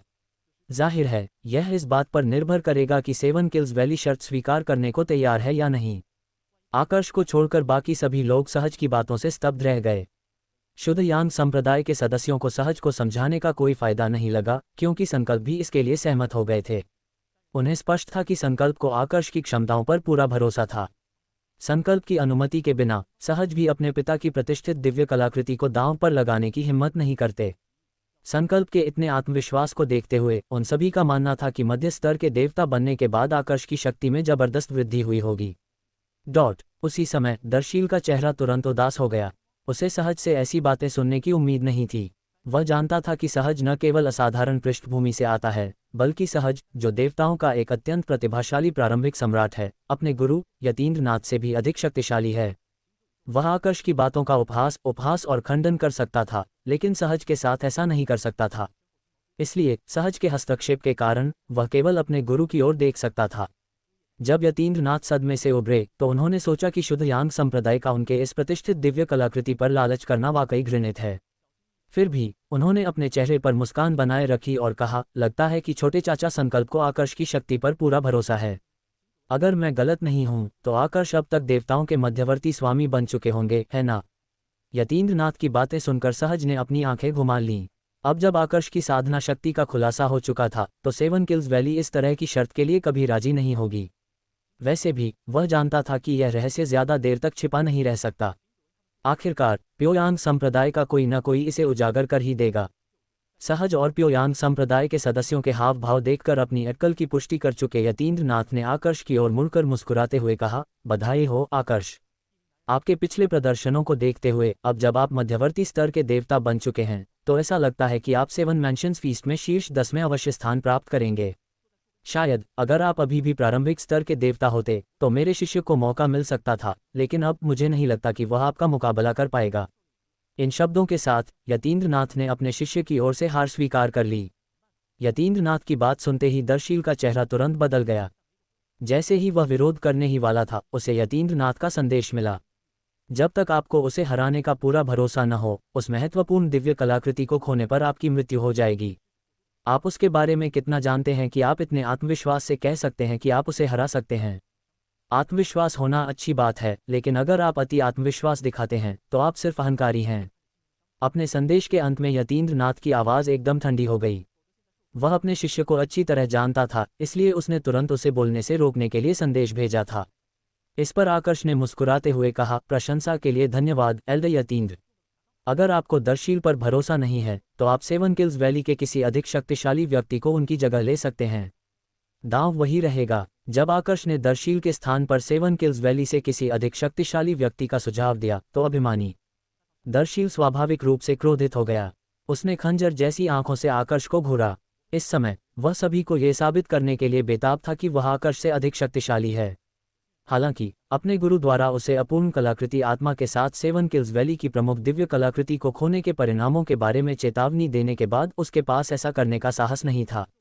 वह न केवल अपने जीवन को जोखिम में डाल रहा होगा, बल्कि वह अपने गुरु और अपने परिवार के जीवन को भी जोखिम में डाल रहा होगा। आकर्ष, लगता है तुम बहुत ताकतवर हो गए हो, यतीन्द्रनाथ ने कहा और उसके चेहरे से मुस्कान धीरे धीरे गायब हो गई। आकर्ष के आक्रामक रवैये को देखकर वह स्वाभाविक रूप से नाखुश था। अफसोस, वह खुद को असहाय महसूस कर रहा था। 7 किल्स वैली के अन्य 2 शीर्ष प्रतिभाशाली योद्धा दर्शील से केवल थोड़े ही अधिक शक्तिशाली थे। ये 100% गारंटी नहीं थी कि वे आकर्ष को हरा पाएंगे, जो अब देवताओं के मध्यवर्ती स्वामी बन चुके थे। सामान्य परिस्थितियों में यह कोई समस्या नहीं थी। हालांकि अपूर्ण आत्मा वाले प्रमुख दिव्य कलाकृतियों को दांव पर लगाने से यह एक बड़ी समस्या बन गई। 7 किल्स वैली इस तरह की शर्त के लिए तब तक सहमत नहीं होती जब तक उन्हें अपनी जीत का 100% विश्वास न हो। एल्डर यतीन्द्र, आप मेरी बहुत ज्यादा तारीफ कर रहे हैं, आकर्ष ने मासूम मुस्कान के साथ कहा। आकर्ष की मासूम मुस्कान 7 किल्स वैली के लोगों को खलल डाल रही थी। उन्हें तो वह मुस्कान एक उपहासपूर्ण मुस्कान जैसी लग रही थी।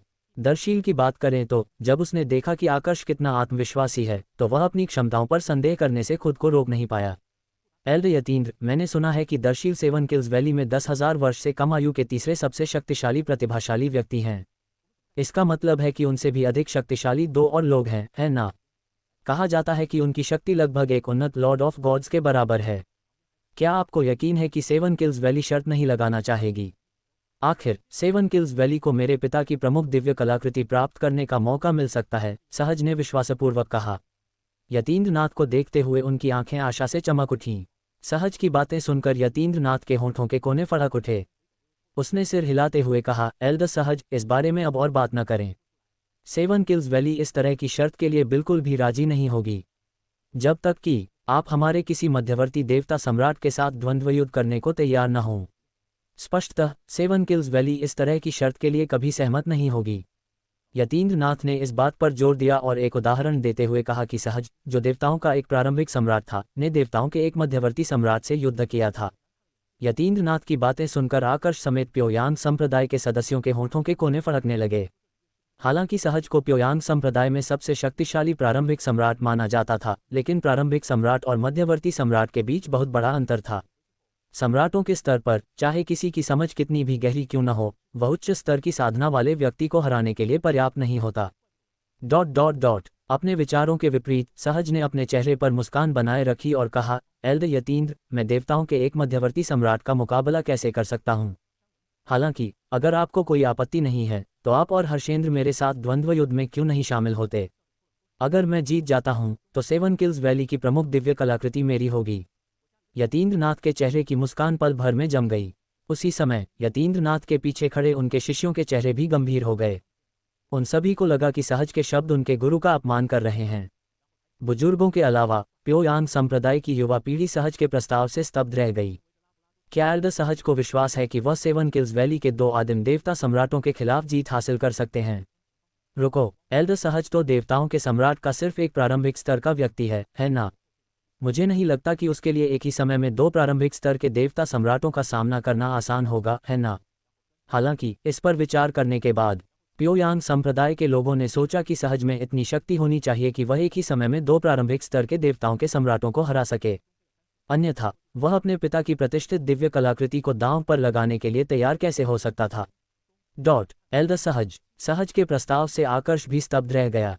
हालांकि उसने सुना था कि सहज देवताओं के मध्यवर्ती सम्राटों को छोड़कर शुद्ध यांग संप्रदाय में सबसे शक्तिशाली था, लेकिन उसने सहज को पहले कभी क्रियाशील होते नहीं देखा था।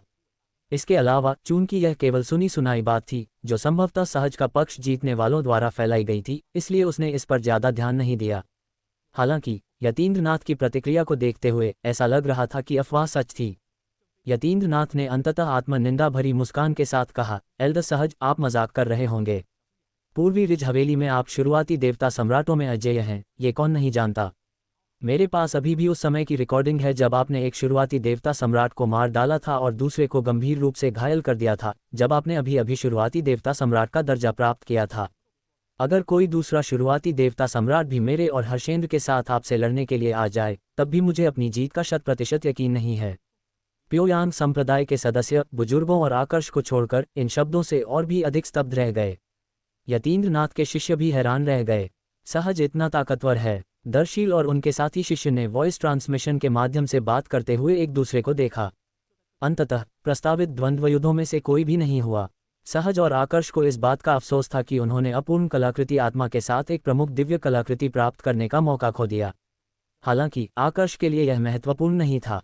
आखिरकार उसके पास पूर्ण आत्मा से परिपूर्ण एक दिव्य कलाकृति थी। इतना ही नहीं, लिंगहु रश्मि ने उसे अतीत में अपूर्ण आत्मा से परिपूर्ण एक दिव्य कलाकृति भी दी थी। यदि लिंगहु रश्मि ने वह अपूर्ण आत्मा से परिपूर्ण दिव्य कलाकृति न दी होती तो वह उसे सहज को दे देता।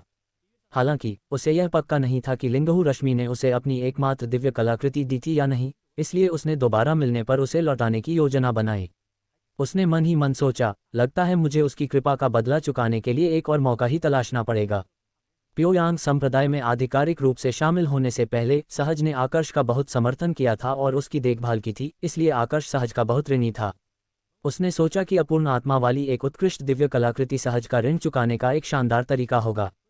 अफसोस, किसी ने भी उसकी बात नहीं मानी और द्वंद्व युद्ध स्वीकार नहीं किया। अब उसके पास सहज का ऋण चुकाने का दूसरा मौका तलाशने के अलावा कोई चारा नहीं था। जैसे ही यतीन्द्रनाथ ने प्योयांग संप्रदाय के लोगों को सेवन किल्स वैली की जागीर में ले जाया, किसी ने भी बात नहीं की, कम से कम बाहरी तौर पर तो नहीं। दरअसल इस समय यतीन्द्रनाथ वॉइस ट्रांसमिशन के माध्यम से सहज से बात कर रही थी। एल्डर सहज, मेरे पास एक विचार है। यदि आप वास्तव में अपूर्ण कलाकृति आत्मा वाली एक प्रमुख दिव्य कलाकृति चाहते हैं। ये शब्द सुनकर सहज की आंखें थोड़ी सिकुड़ गईं। जब उसने सहज को अपनी ओर देखते हुए देखा तो यतीन्द्रनाथ ने स्पष्ट रूप से कहा, वानकी वंश का शीर्ष प्रतिभाशाली वानकी रोहित उपस्थित रहेगा। तो सहज ने बेपरवाही से जवाब दिया, भले ही वह तुम्हारे शिष्य दर्शील से अधिक शक्तिशाली हो, उसकी शक्ति की भी एक सीमा है। क्या तुम्हें लगता है कि वानकी वंश मूर्ख है? तुमने भी शर्त लगाने की हिम्मत नहीं की। वानकी वंश एक सम्राट श्रेणी का वंश है जो कुछ लाख वर्षों से अस्तित्व में है। ये हमारे संबंधित संप्रदायों से कमतर नहीं है। सहज ने स्वाभाविक रूप से वानकी रोहित के बारे में सुना था। वानकी रोहित वानकी कुल का सबसे प्रतिभाशाली शिष्य था और पूर्वी रिज हवेली में सबसे शक्तिशाली मध्यवर्ती देवताओं में से एक था। सटीक रूप से कहें तो पूर्वी रिज हवेली में 10,000 वर्ष से कम आयु के 3 सबसे शक्तिशाली शिष्यों में से एक माना जाता था। सेवन किल्स वैली में 10,000 वर्ष से कम आयु के 3 शीर्ष शिष्य उसके सामने कुछ भी नहीं थे। वास्तव में उसकी प्रसिद्धि तब और बढ़ गई जब उसने 200 वर्ष पहले सेवन किल्स वैली के सबसे शक्तिशाली शिष्य को केवल 10 चालों में हरा दिया था। यतीन्द्रनाथ मुस्कुराया। ये बात अतीत में सच होती, लेकिन अगर वानकी रोहित अब तक एक उन्नत देवता बन चुका हो तो क्या होगा? मेरी जानकारी के अनुसार उसका लक्ष्य 7 महलों के उत्सव में शीर्ष 10 में स्थान पाना नहीं, बल्कि शीर्ष 3 में स्थान पाना है। जब यतीन्द्रनाथ ने कहा कि वानकी रोहित संभवतः एक उन्नत देवस्वामी बन गया है, तो सहज चौंक गया। यदि यह सच है तो वानकी रोहित पिछले 100,000 वर्षों में पूर्वी रिज हवेली में 100,000 वर्ष से कम आयु का पहला उन्नत देवस्वामी होगा। यतीन्द्रनाथ ने आगे कहा, इसके अलावा अगर वानकी रोहित एक उन्नत देवता नहीं है तो यह संभावना नहीं है कि वह व्यापार सम्मेलन में भाग लेगा। मैंने सुना है कि वानकी वंश से दल का नेतृत्व करने वाला व्यक्ति वानकी जेनाथ है, जो वानकी रोहित का दादा है। वानकी जेनाथ। सहज, जो अब होश में आ गया था, ने वानकी जेनाथ का नाम सुनते ही यतीन्द्रनाथ की ओर अर्थपूर्ण ढंग से देखा। फिर उसने कहा, बूढ़े यतीन्द्र, मैंने सुना है कि जब आप जवान थे तो किसी कार्यक्रम में आपने कुछ अनुचित बात कह दी थी और वानकी जेनाथ ने आपको थप्पड़ मारा था। क्या आप अब भी उससे नाराज हैं? चैप्टर 6241-6250। सहज की बातों से यतीन्द्रनाथ स्तब्ध रह गए।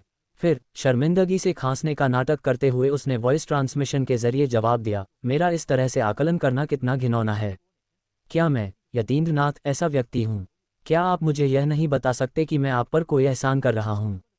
आपको पता होना चाहिए कि वानकी जेनाथ न केवल गुस्सैल है बल्कि काफ़ी मंदबुद्धि भी है। वह अपने परपोते वानकी रोहित के बारे में बहुत डींगे मारता रहता है। सबसे महत्वपूर्ण बात यह है कि उसे अपनी प्रतिष्ठा की बहुत परवाह है। क्या आपको लगता है कि अगर आप कहेंगे कि वानकी रोहित आकर्ष के मुकाबले का नहीं है तो वह शांत रह पाएगा? इसके अलावा आपको वानकी वंश द्वारा अपूर्ण आत्मा वाले किसी प्रमुख दिव्य कलाकृति को लाने का इंतजार करने की आवश्यकता नहीं है, क्योंकि वानकी जेनाथ के पास वह पहले से ही है। वानकी जेनाथ न केवल देवताओं के एक मध्यवर्ती सम्राट हैं, बल्कि वानकी वंश के दल में उनका सर्वोच्च स्थान है। वैसे उनमें से सबसे शक्तिशाली भी अभी शुरुआती स्तर का सम्राट है। क्या आपको लगता है कि अगर वह आपके साथ शर्त लगाने पर अड़ा है तो बाकी लोग उसे मना पाएंगे? यकीन मानिए, इसमें कोई बुराई नहीं है। फिर वह कुछ देर रुका, मानो उसे कुछ याद आया हो, और फिर बोला, बेहतर होगा कि आप उसे यह न बताएं कि मैंने ये सुझाव दिया है। किसी को मत बताना कि मैंने आपको बताया है कि वानकी रोहित 100 वर्षों के भीतर एक उन्नत देवता बन गया है, इसलिए उसकी साधना अभी स्थिर नहीं हुई है। यतीन्द्रनाथ की बातें सुनकर सहज की आंखें सिकुड़ गईं और उनमें चमक आ गई। यतीन्द्रनाथ ने आगे कहा, स्वाभाविक रूप से ये तभी कारगर होगा जब आकर्ष को वानकी रोहित को हराने का पूरा भरोसा हो, अन्यथा इसका कोई अर्थ नहीं होगा। वानकी जेनाथ। सहज के मन में शेर की गर्दन के बालों की तरह घने सफ़ेद बालों वाले एक तगड़े बूढ़े व्यक्ति की छवि उभर आई। वह बूढ़ा व्यक्ति कोई और नहीं बल्कि वानकी जेनाथ था, जो वानकी वंश के 3 स्वर्ण सिंहासन के वरिष्ठों में से एक और वानकी वंश के 4 मध्यवर्ती देवता सम्राटों में से एक था। वानकी वंश के 3 स्वर्ण सिंहासन के वरिष्ठों के अलावा वंश का मुखिया भी एक मध्यवर्ती देवता सम्राट था। वह बूढ़ा आदमी यहाँ है। अगर मैं गलत नहीं हूँ तो उसकी अधूरी आत्मा वाली प्रमुख दिव्य कलाकृति एक भाला है। यह मेरा पसंदीदा हथियार नहीं है, लेकिन आत्मा पूर्ण होने पर यह हथियार अपना रूप बदल सकता है। हालांकि अभी इतना सोचना जल्दबाजी होगी। मुझे आकर्ष से पूछना चाहिए कि क्या उसे वानकी रोहित को हराने का भरोसा है। आखिर मेरे पिता की अधूरी आत्मा वाली प्रमुख दिव्य कलाकृति दांव पर है। अगर मैं इसे खो देता हूं तो वह मुझे आसानी से नहीं छोड़ेगा। सहज ने मन ही मन सोचा और सोचते सोचते शांत हो गया। उसी समय यतीन्द्रनाथ आकर्ष और अन्य लोगों को कई आंगनों से भरी एक घाटी में ले गया। ये स्थान सेवन किल्स वैली द्वारा प्योयांग संप्रदाय के लोगों के लिए तैयार किया गया था। यहाँ इतने आंगन थे कि प्रत्येक व्यक्ति के लिए एक आंगन पर्याप्त था। जब सहज आकर्ष को संदेश भेजने ही वाला था, तभी यतीन्द्रनाथ ने कहा, बड़े सहज, वानकी कबीले के लोगों के उस घाटी में रहने की व्यवस्था कर दी गई है। यतीन्द्रनाथ ने उनसे लगभग 1 मील दूर स्थित एक घाटी की ओर इशारा किया। सहज की आंखें चमक उठीं जब उसने उस दिशा में देखा जहां यतीन्द्रनाथ ने इशारा किया था। बूढ़े यतीन्द्र, अगर यह काम सफल रहा तो मैं, सहज, यतीन्द्रनाथ को इनाम देना चाहता था। आखिरकार, अगर वह सचमुच अपूर्ण आत्मा वाले एक महत्वपूर्ण दिव्य कलाकृति को प्राप्त करने में कामयाब हो जाता है तो इसके लिए उसे यतीन्द्रनाथ का ही धन्यवाद करना चाहिए। ... सहज के बोलने से पहले ही यतीन्द्रनाथ ने कहा, नहीं, इसकी कोई ज़रूरत नहीं है। मैं आभारी रहूंगा, बशर्ते आप उस महत्वपूर्ण दिव्य कलाकृति को जीतने के बाद इस मामले में मेरी संलिप्तता का जिक्र न करें। वानकी जेनाथ बहुत गुस्सैल है और अगर उसे पता चला कि मैं इसमें शामिल हूं तो वह मुझे बख्शेगा नहीं। एल्द सहज, आप मुझे धोखा मत देना। अपने शब्दों के अंत के करीब आते हुए यतीन्द्रनाथ की आवाज में थोड़ी सी घबराहट सुनाई दी। बेशक, सहज ने तिरछी नज़र से यतीन्द्रनाथ को देखते हुए कहा। उसे उम्मीद नहीं थी कि यतीन्द्रनाथ आज भी वानकी जेनाथ से 30,000 साल पहले थप्पड़ मारने का बदला लेना चाहेगा। अगले ही पल उसकी रीढ़ की हड्डी में सिहरन दौड़ गई और उसकी आंखों में थोड़ी सी सतर्कता झलक रही थी। उसने यतीन्द्रनाथ को देखते हुए मन ही मन सोचा, इस बूढ़े आदमी को नाराज न करना ही बेहतर है। ये क्षमा न करने वाला और तुच्छ स्वभाव का है और शायद जीवन भर इस बात का बदला लेता रहेगा। देवताओं के राजा के दायरे से नीचे वालों के लिए 30,000 वर्ष कुछ भी नहीं थे। हालांकि देवताओं के राजा के दायरे से ऊपर वालों के लिए समय अनमोल था, क्योंकि वे स्वर्गीय संकट की तैयारी में खुद को मजबूत बनाने के लिए संघर्ष कर रहे थे, इस उम्मीद में कि वे इससे बच निकलेंगे। आप सभी को इस घाटी में तब तक पूरी छूट है जब तक आप यहाँ से चले नहीं जाते। आप यहाँ रह सकते हैं और खेती कर सकते हैं। अगर आपको किसी चीज़ की ज़रूरत हो तो कृपया आसपास गश्त कर रहे हमारे सदस्यों से संपर्क करें। सेवन किल्स घाटी आपका स्वागत करती है। व्यापार सम्मेलन 2 सप्ताह में शुरू होगा। समय आने पर मैं आप सभी को स्वयं आयोजन स्थल तक ले जाऊंगा। प्योयांग संप्रदाय के नेताओं द्वारा आभार व्यक्त करने के बाद यतीन्द्रनाथ ने विदाई ली और अपने 2 शिष्यों के साथ चले गए। जाने से पहले दर्शील ने अपने चेहरे पर कड़वे भाव के साथ आकर्ष को घूर कर देखा। इसके विपरीत आकर्ष को दर्शील की बिल्कुल भी परवाह नहीं थी। आखिरकार अब मध्यवर्ती देवताओं से उसे कोई खतरा नहीं था। कितनी अफसोस की बात है, नमन ने मन ही मन आह भरते हुए सोचा। उसे आकर्ष और दर्शील के बीच द्वंद्वयुद्ध की उम्मीद थी, लेकिन ऐसा नहीं हो सका। आकर्ष को दर्शील को हराने का इतना भरोसा क्यों था? उसने तो यहाँ तक हिम्मत दिखाई कि उसने अपने पूर्वज की अपूर्ण आत्मा वाली विशिष्ट दिव्य कलाकृति को दांव पर लगा दिया। पूर्वज को उस पर इतना भरोसा क्यों था? क्या उन्हें इस बात की चिंता नहीं थी कि आकर्ष अपनी विशिष्ट दिव्य कलाकृति खो देगा? नमन ईर्ष्या से लाल हो रहा था और अवचेतन रूप से आकर्ष को देख रहा था। हालांकि संकल्प उसके साथ अच्छा व्यवहार करता था, लेकिन यह उस व्यवहार की तुलना में कुछ भी नहीं था जो संकल्प आकर्ष के साथ करता था, जो कुछ ही दशकों पहले प्योयांग संप्रदाय में शामिल हुआ था। आकर्ष ने सहज और हिडन स्वॉर्ड गुट के निर्वाणिक एल्डर को विदाई देने के बाद घाटी के एक प्रांगण में डेरा डाल लिया। जैसे ही वह साधना शुरू करने वाला था, उसे सहज का संदेश मिला। आकर्ष, कृपया एक पल के लिए इधर आइए। बड़े सहज। ये संदेश सुनकर आकर्ष कुछ पल के लिए स्तब्ध और असमंजस में पड़ गया। फिर वह पास में ही ठहरे सहज को ढूंढने के लिए अपने आंगन से बाहर निकल गया।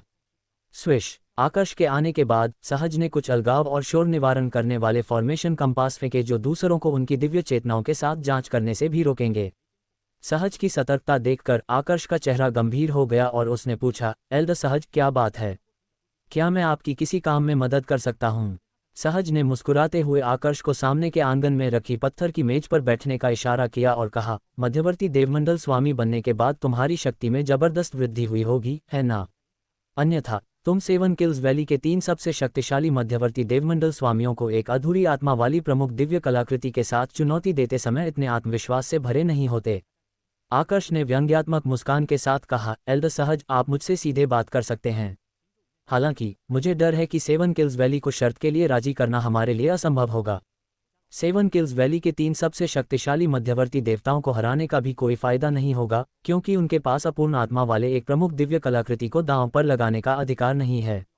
आकर्ष ने अनुमान लगाया कि सहज उससे सेवन किल्स वैली के अन्य 2 सबसे शक्तिशाली प्रतिभाशाली लोगों को चुनौती देने के लिए कहेगा। सहज ने आंखें घुमाईं। क्या तुम्हें लगा कि मैं तुमसे उन्हें चुनौती देने के लिए कहूँगा? क्या तुम्हें लगता है कि मैं बेवकूफ़ हूँ? अगर उनके पास अपूर्ण आत्मा वाला कोई प्रमुख दिव्य कलाकृति नहीं है तो उन्हें चुनौती देने का क्या फ़ायदा? आकर्ष ने शर्माते हुए मुस्कुराया। मुझे लगा कि आप सेवन किल्स वैली से अपूर्ण आत्मा वाले एक प्रमुख दिव्य कलाकृति को प्राप्त करने के विचार में खोए हुए हैं। अगर ऐसा नहीं है तो उनकी मुस्कान गायब हो गई और वे चुप हो गए। एक पल रुककर उन्होंने उत्सुकता से पूछा, क्या बात है एल्द सहज? सहज ने आकर्ष की ओर देखते हुए गहरी सांस ली। फिर उसने गला साफ करते हुए पूछा, बताइए, क्या आपको विश्वास है कि आप उस व्यक्ति को हरा सकते हैं जो 100 साल से भी कम समय पहले ही उन्नत देवमंडल का स्वामी बना है? सफलता प्राप्त करने से पहले वह व्यक्ति 7 हत्या घाटी के 3 प्रतिभाशाली लोगों, जिनमें दर्शील भी शामिल है, से थोड़ा ही अधिक शक्तिशाली था। फिर भी उसकी शक्ति की भी एक सीमा थी। क्या उसकी ताकत की भी कोई सीमा है? सहज के चेहरे पर अस्पष्ट भाव देखकर आकर्ष को संदेह हुआ और उसने पूछा, सीमा क्या है? सहज ने शर्माते हुए मुस्कुराते हुए कहा, असल में यह कोई बड़ी बात नहीं है। उसने 200 साल पहले सेवन किल्स वैली के सबसे शक्तिशाली प्रतिभाशाली योद्धा को 10 चालों में हरा दिया था। उस व्यक्ति ने सेवन किल्स वैली के सबसे शक्तिशाली प्रतिभाशाली व्यक्ति को 10 चालों में ही हरा दिया, जब वह अभी भी देवताओं के एक मध्यवर्ती स्वामी के रूप में था। सहज की बात सुनने के बाद आकर्ष ने अपने चेहरे पर शरारती भाव लिए पूछा, एल्डर सहज, यह कोई बड़ी बात क्यों नहीं है? एक मध्यवर्ती स्तर का देवता जो 200 साल पहले इतना शक्तिशाली था और 100 साल से भी कम समय में उन्नत स्तर का देवता बन गया। एल्डर सहज, क्या आपको सच में लगता है कि मैं उसे हरा सकता हूँ? ऐसा लगता है कि आपको मुझ पर बहुत भरोसा है। आकर्ष ने सिर हिलाया और अपनी बात खत्म करते हुए मुस्कुराया। वह जानता था कि ईस्टर्न रिज मैंशन में कई असाधारण प्रतिभावान लोग हैं, और ऐसा लगता था कि सहज ने जिस व्यक्ति का जिक्र किया था वही ईस्टर्न रिज मैंशन में अपने साथियों के बीच अद्वितीय था। सहज ने गहरी सांस लेते हुए आकर्ष को ध्यान से देखा और फिर पूछा, क्या आपको भरोसा है?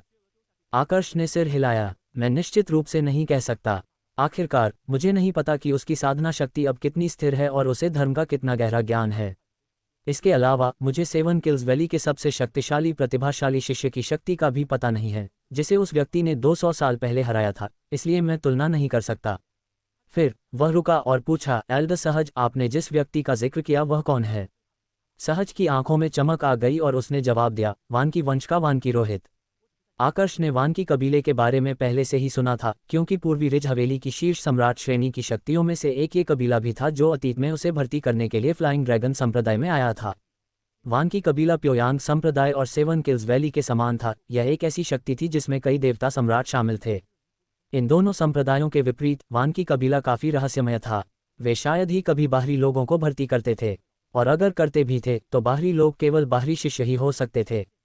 इसी कारण से कई प्रतिभाशाली साधक वानकी कबीले में शामिल होने के इच्छुक नहीं थे, और कबीले के अधिकांश शक्तिशाली लोग कबीले के प्रत्यक्ष वंशज थे।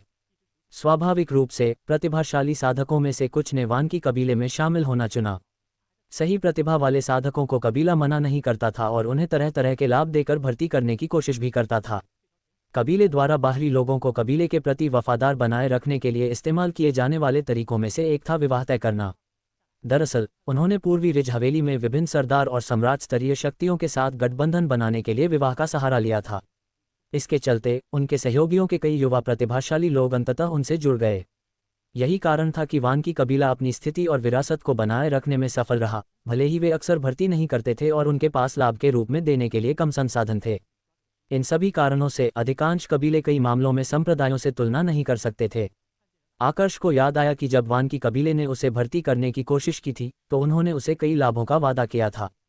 उन्होंने एक उत्कृष्ट और सुंदर कन्या को उसकी पत्नी के रूप में चुनने का भी वादा किया था। स्वाभाविक रूप से वह जानता था कि यह विवाह वानकी कबीले द्वारा उसे जीवन भर के लिए अपने कबीले से बांधने का एक तरीका था। वानकी रोहित। आकर्ष ने भी वानकी रोहित के बारे में सुना था।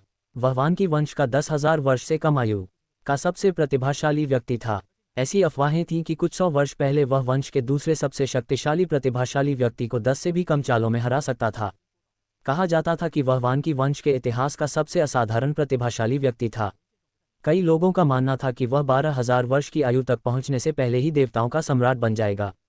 यहाँ तक कि शुद्ध यांग संप्रदाय के इतिहास का सबसे असाधारण प्रतिभाशाली व्यक्ति यतिराज, जो गुप्त तलवार गुट का संस्थापक था, भी लगभग 13,000 वर्ष की आयु में ही देवताओं का सम्राट बना था। इस प्रकार वह पूर्वी रिज हवेली के इतिहास में देवताओं का सम्राट बनने वाला सबसे कम उम्र का व्यक्ति था। कई लोगों का मानना था कि वानकी रोहित पूर्वी रिज हवेली में यतिराज का रिकॉर्ड तोड़ सकता है। आकर्ष को इस बारे में सहज से पता चला था। वह लगभग 100 साल पहले देवताओं के एक उन्नत स्वामी बन गए थे। आकर्ष को याद आया कि वानकी रोहित की आयु लगभग 8,000 वर्ष थी। पहले तो उसे लगा कि वानकी रोहित के 12,000 वर्ष की आयु में या उससे पहले देवताओं का सम्राट बनने की अफवाहें बढ़ा चढ़ाकर बताई गई थीं, लेकिन अब ऐसा प्रतीत नहीं होता। आकर्ष ने सहज की ओर देखा और मुस्कुराया। एल्डर सहज, क्या आप चाहते हैं कि मैं वानकी रोहित को चुनौती दूं? क्या आपको डर है कि मैं 7 हवेली के उत्सव में उससे हार जाऊंगा? अगर ऐसा है तो मुझे लगता है कि यह अनावश्यक है।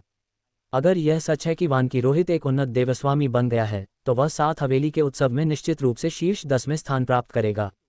वास्तव में जब वह एक मध्यवर्ती देवस्वामी था तब उसके प्रदर्शन के आधार पर ही उसके शीर्ष 3 में स्थान प्राप्त करने की प्रबल संभावना है।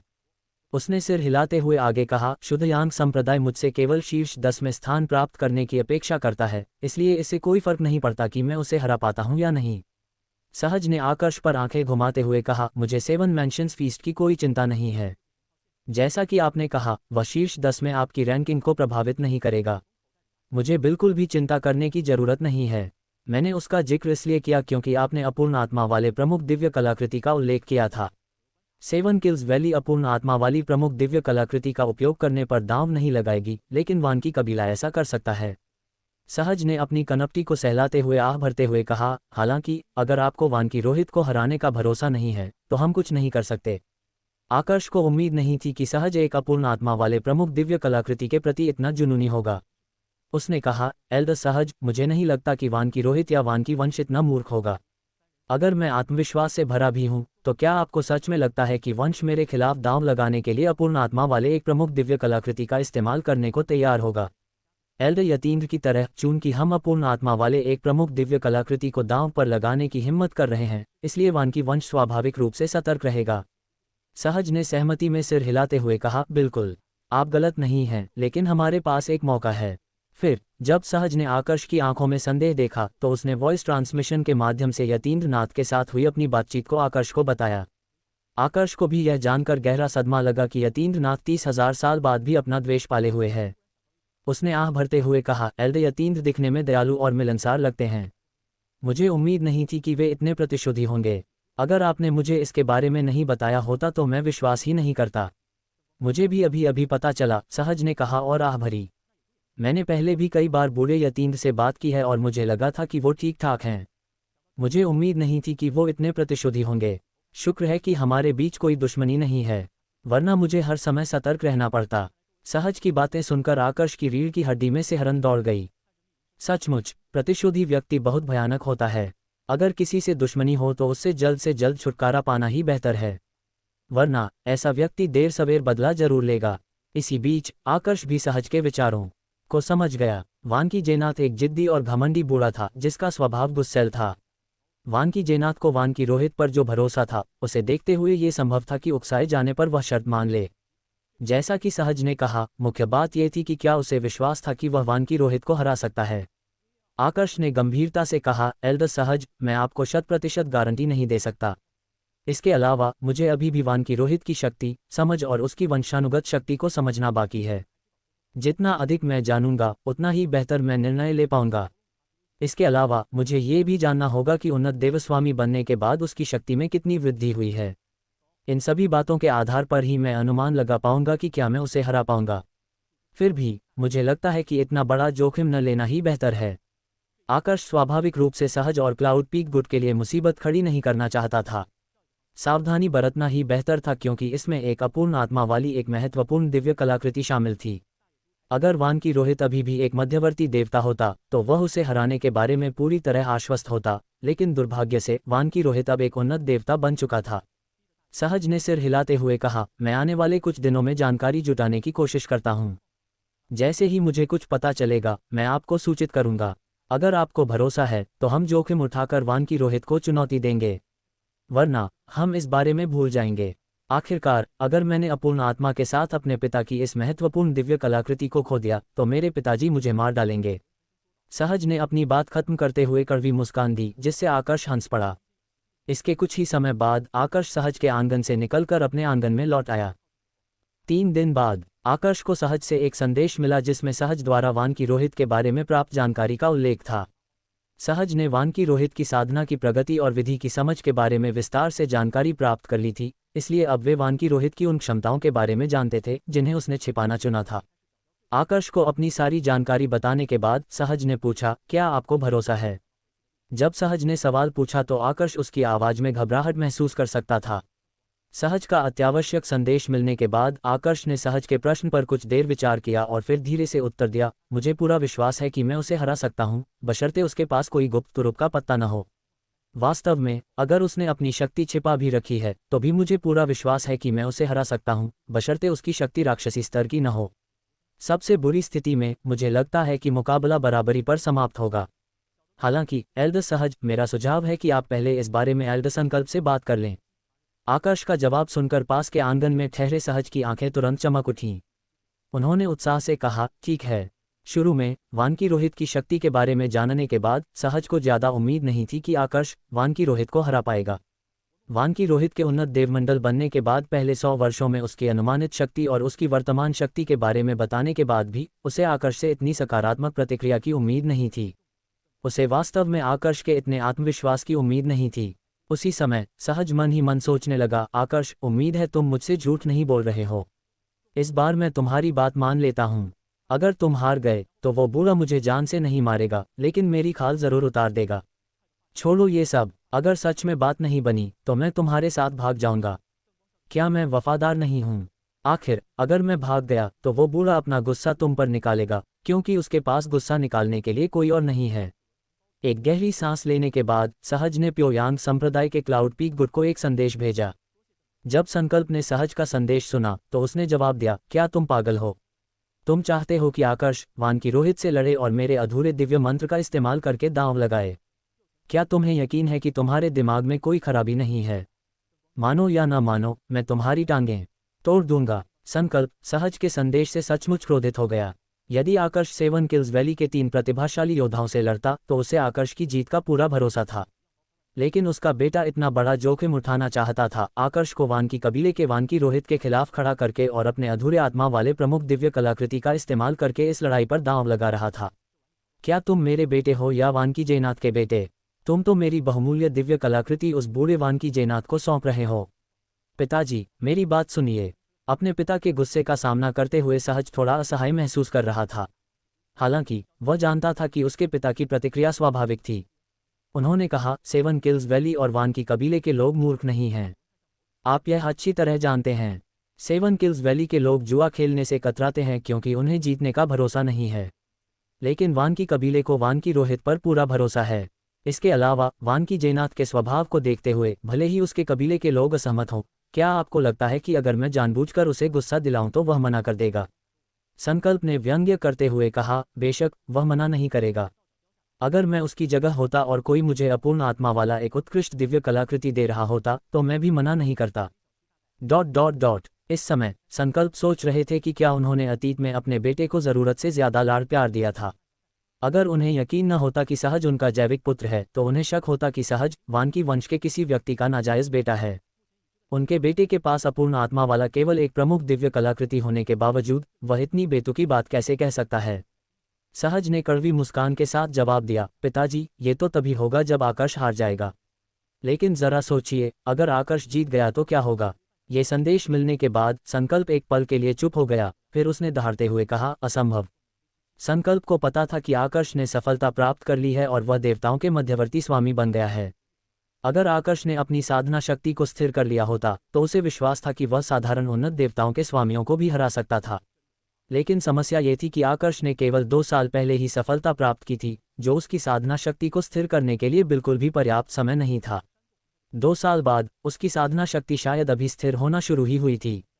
आकर्ष चाहे कितना भी प्रतिभाशाली क्यों न हो, देवताओं के मध्यवर्ती स्वामी बनने के लगभग 10 साल बाद भी उसकी साधना शक्ति को पूरी तरह से स्थिर करना उसके लिए मुश्किल होगा। देखो, तुम्हें भी यह असंभव लगता है। वानकी वंश और वानकी जयनाथ को भी यह असंभव ही लगेगा। वे अपूर्ण आत्मा वाले एक विशिष्ट दिव्य कलाकृति के प्रलोभन का विरोध नहीं कर पाएंगे, सहज ने कहा। पिता को जवाब देने का मौका दिए बिना ही उसने पिछले कुछ दिनों में जो कुछ सीखा था वह बताते हुए कहा, पिछले कुछ दिनों में मुझे वानकी रोहित की मौजूदा ताकत के बारे में पता चला। मैंने आकर्ष से भी बात की और उसे सब कुछ बता दिया। उसने कहा कि जब तक वानकी रोहित अपनी असली ताकत नहीं छिपा रहा है, उसे पूरा भरोसा है कि वह उसे हरा देगा। इतना ही नहीं, अगर वानकी रोहित अपनी ताकत छिपा भी रहा है तो भी जब तक वह हद से ज्यादा ताकतवर नहीं है, आकर्ष ने कहा कि ज्यादा से ज्यादा मुकाबला बराबरी का ही होगा। पिताजी, मुझे पता है आपको मुझ पर भरोसा नहीं है, लेकिन क्या आप आकर्ष पर भरोसा नहीं कर सकते? क्या आपने यह नहीं कहा था कि आकर्ष भले ही जवान है लेकिन मुझसे ज्यादा समझदार है? क्या आप ये बातें कहने से मुकरेंगे? कुछ देर बाद संकल्प ने जवाब दिया, क्या आकर्ष ने ऐसा कहा था? हालांकि संकल्प का आकर्ष से ज्यादा मेल जोल नहीं था, फिर भी वह समझ गया था कि आकर्ष शेखी बघारने वाला व्यक्ति नहीं था। आकर्ष के स्वभाव को देखते हुए उसे पूरा यकीन था कि वह इतने महत्वपूर्ण मामले में लापरवाही नहीं बरतेगा। सहज ने आत्मविश्वास से कहा, हाँ, मैं अभी वापस क्यों ना आ जाऊं? मैं आकर्ष के साथ आपके सोल पर्ल्स का आदान प्रदान करने में आपकी मदद करूंगा ताकि आप उनसे सीधे बात कर सकें। संकल्प कुछ पल चुप रहने के बाद बोला, इसकी कोई ज़रूरत नहीं है। वानकी रोहित के बारे में आपको और क्या पता चला? मैं भी और जानकारी जुटाऊंगा। आकर्ष की भी ताकत के बारे में पूछ लीजिए। मैं उनकी ताकत की तुलना करना चाहता हूँ। अगर मुझे लगता है कि इसमें कोई जोखिम नहीं है तो मैं आपकी बात मान लूंगा। इस समय संकल्प को भी थोड़ा लालच हुआ, लेकिन वह स्वयं इस मामले की पुष्टि करना चाहता था। आखिरकार अपूर्ण आत्मा से युक्त उसकी विशिष्ट दिव्य कलाकृति दांव पर लगाई जानी थी। अपूर्ण आत्मा को जन्म देने में उसकी विशिष्ट दिव्य कलाकृति को कई वर्ष लगे थे। यदि उसकी विशिष्ट दिव्य कलाकृति ने अपूर्ण आत्मा को जन्म न दिया होता तो संभवतः वह अपने पिछले 1000 वर्षों में एक बार आने वाले स्वर्गीय संकट से बच न पाता। मैं समझ गया, सहज ने जवाब दिया। वह जानता था कि उसके पिता बेहद सतर्क हैं। फिर उसने बिना झिझक के वानकी रोहित के बारे में जो कुछ भी जाना था सब अपने पिता को बता दिया। साथ ही उसने आकर्ष को संदेश भेजकर उसकी ताकत के बारे में पूछा। आकर्ष का जवाब मिलने के बाद सहज ने संकल्प को आकर्ष की ताकत के बारे में बताया। सहज द्वारा आकर्ष की ताकत के बारे में दिए गए संदेश को सुनकर संकल्प की आंखें थोड़ी चौड़ी हो गईं और उसने गहरी सांस ली।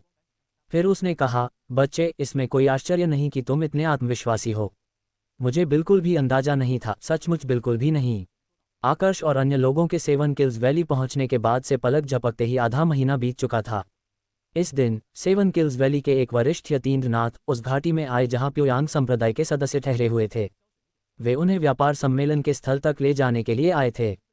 वे घाटी के ऊपर आकाश में मंडराते हुए उनकी प्रतीक्षा कर रहे थे।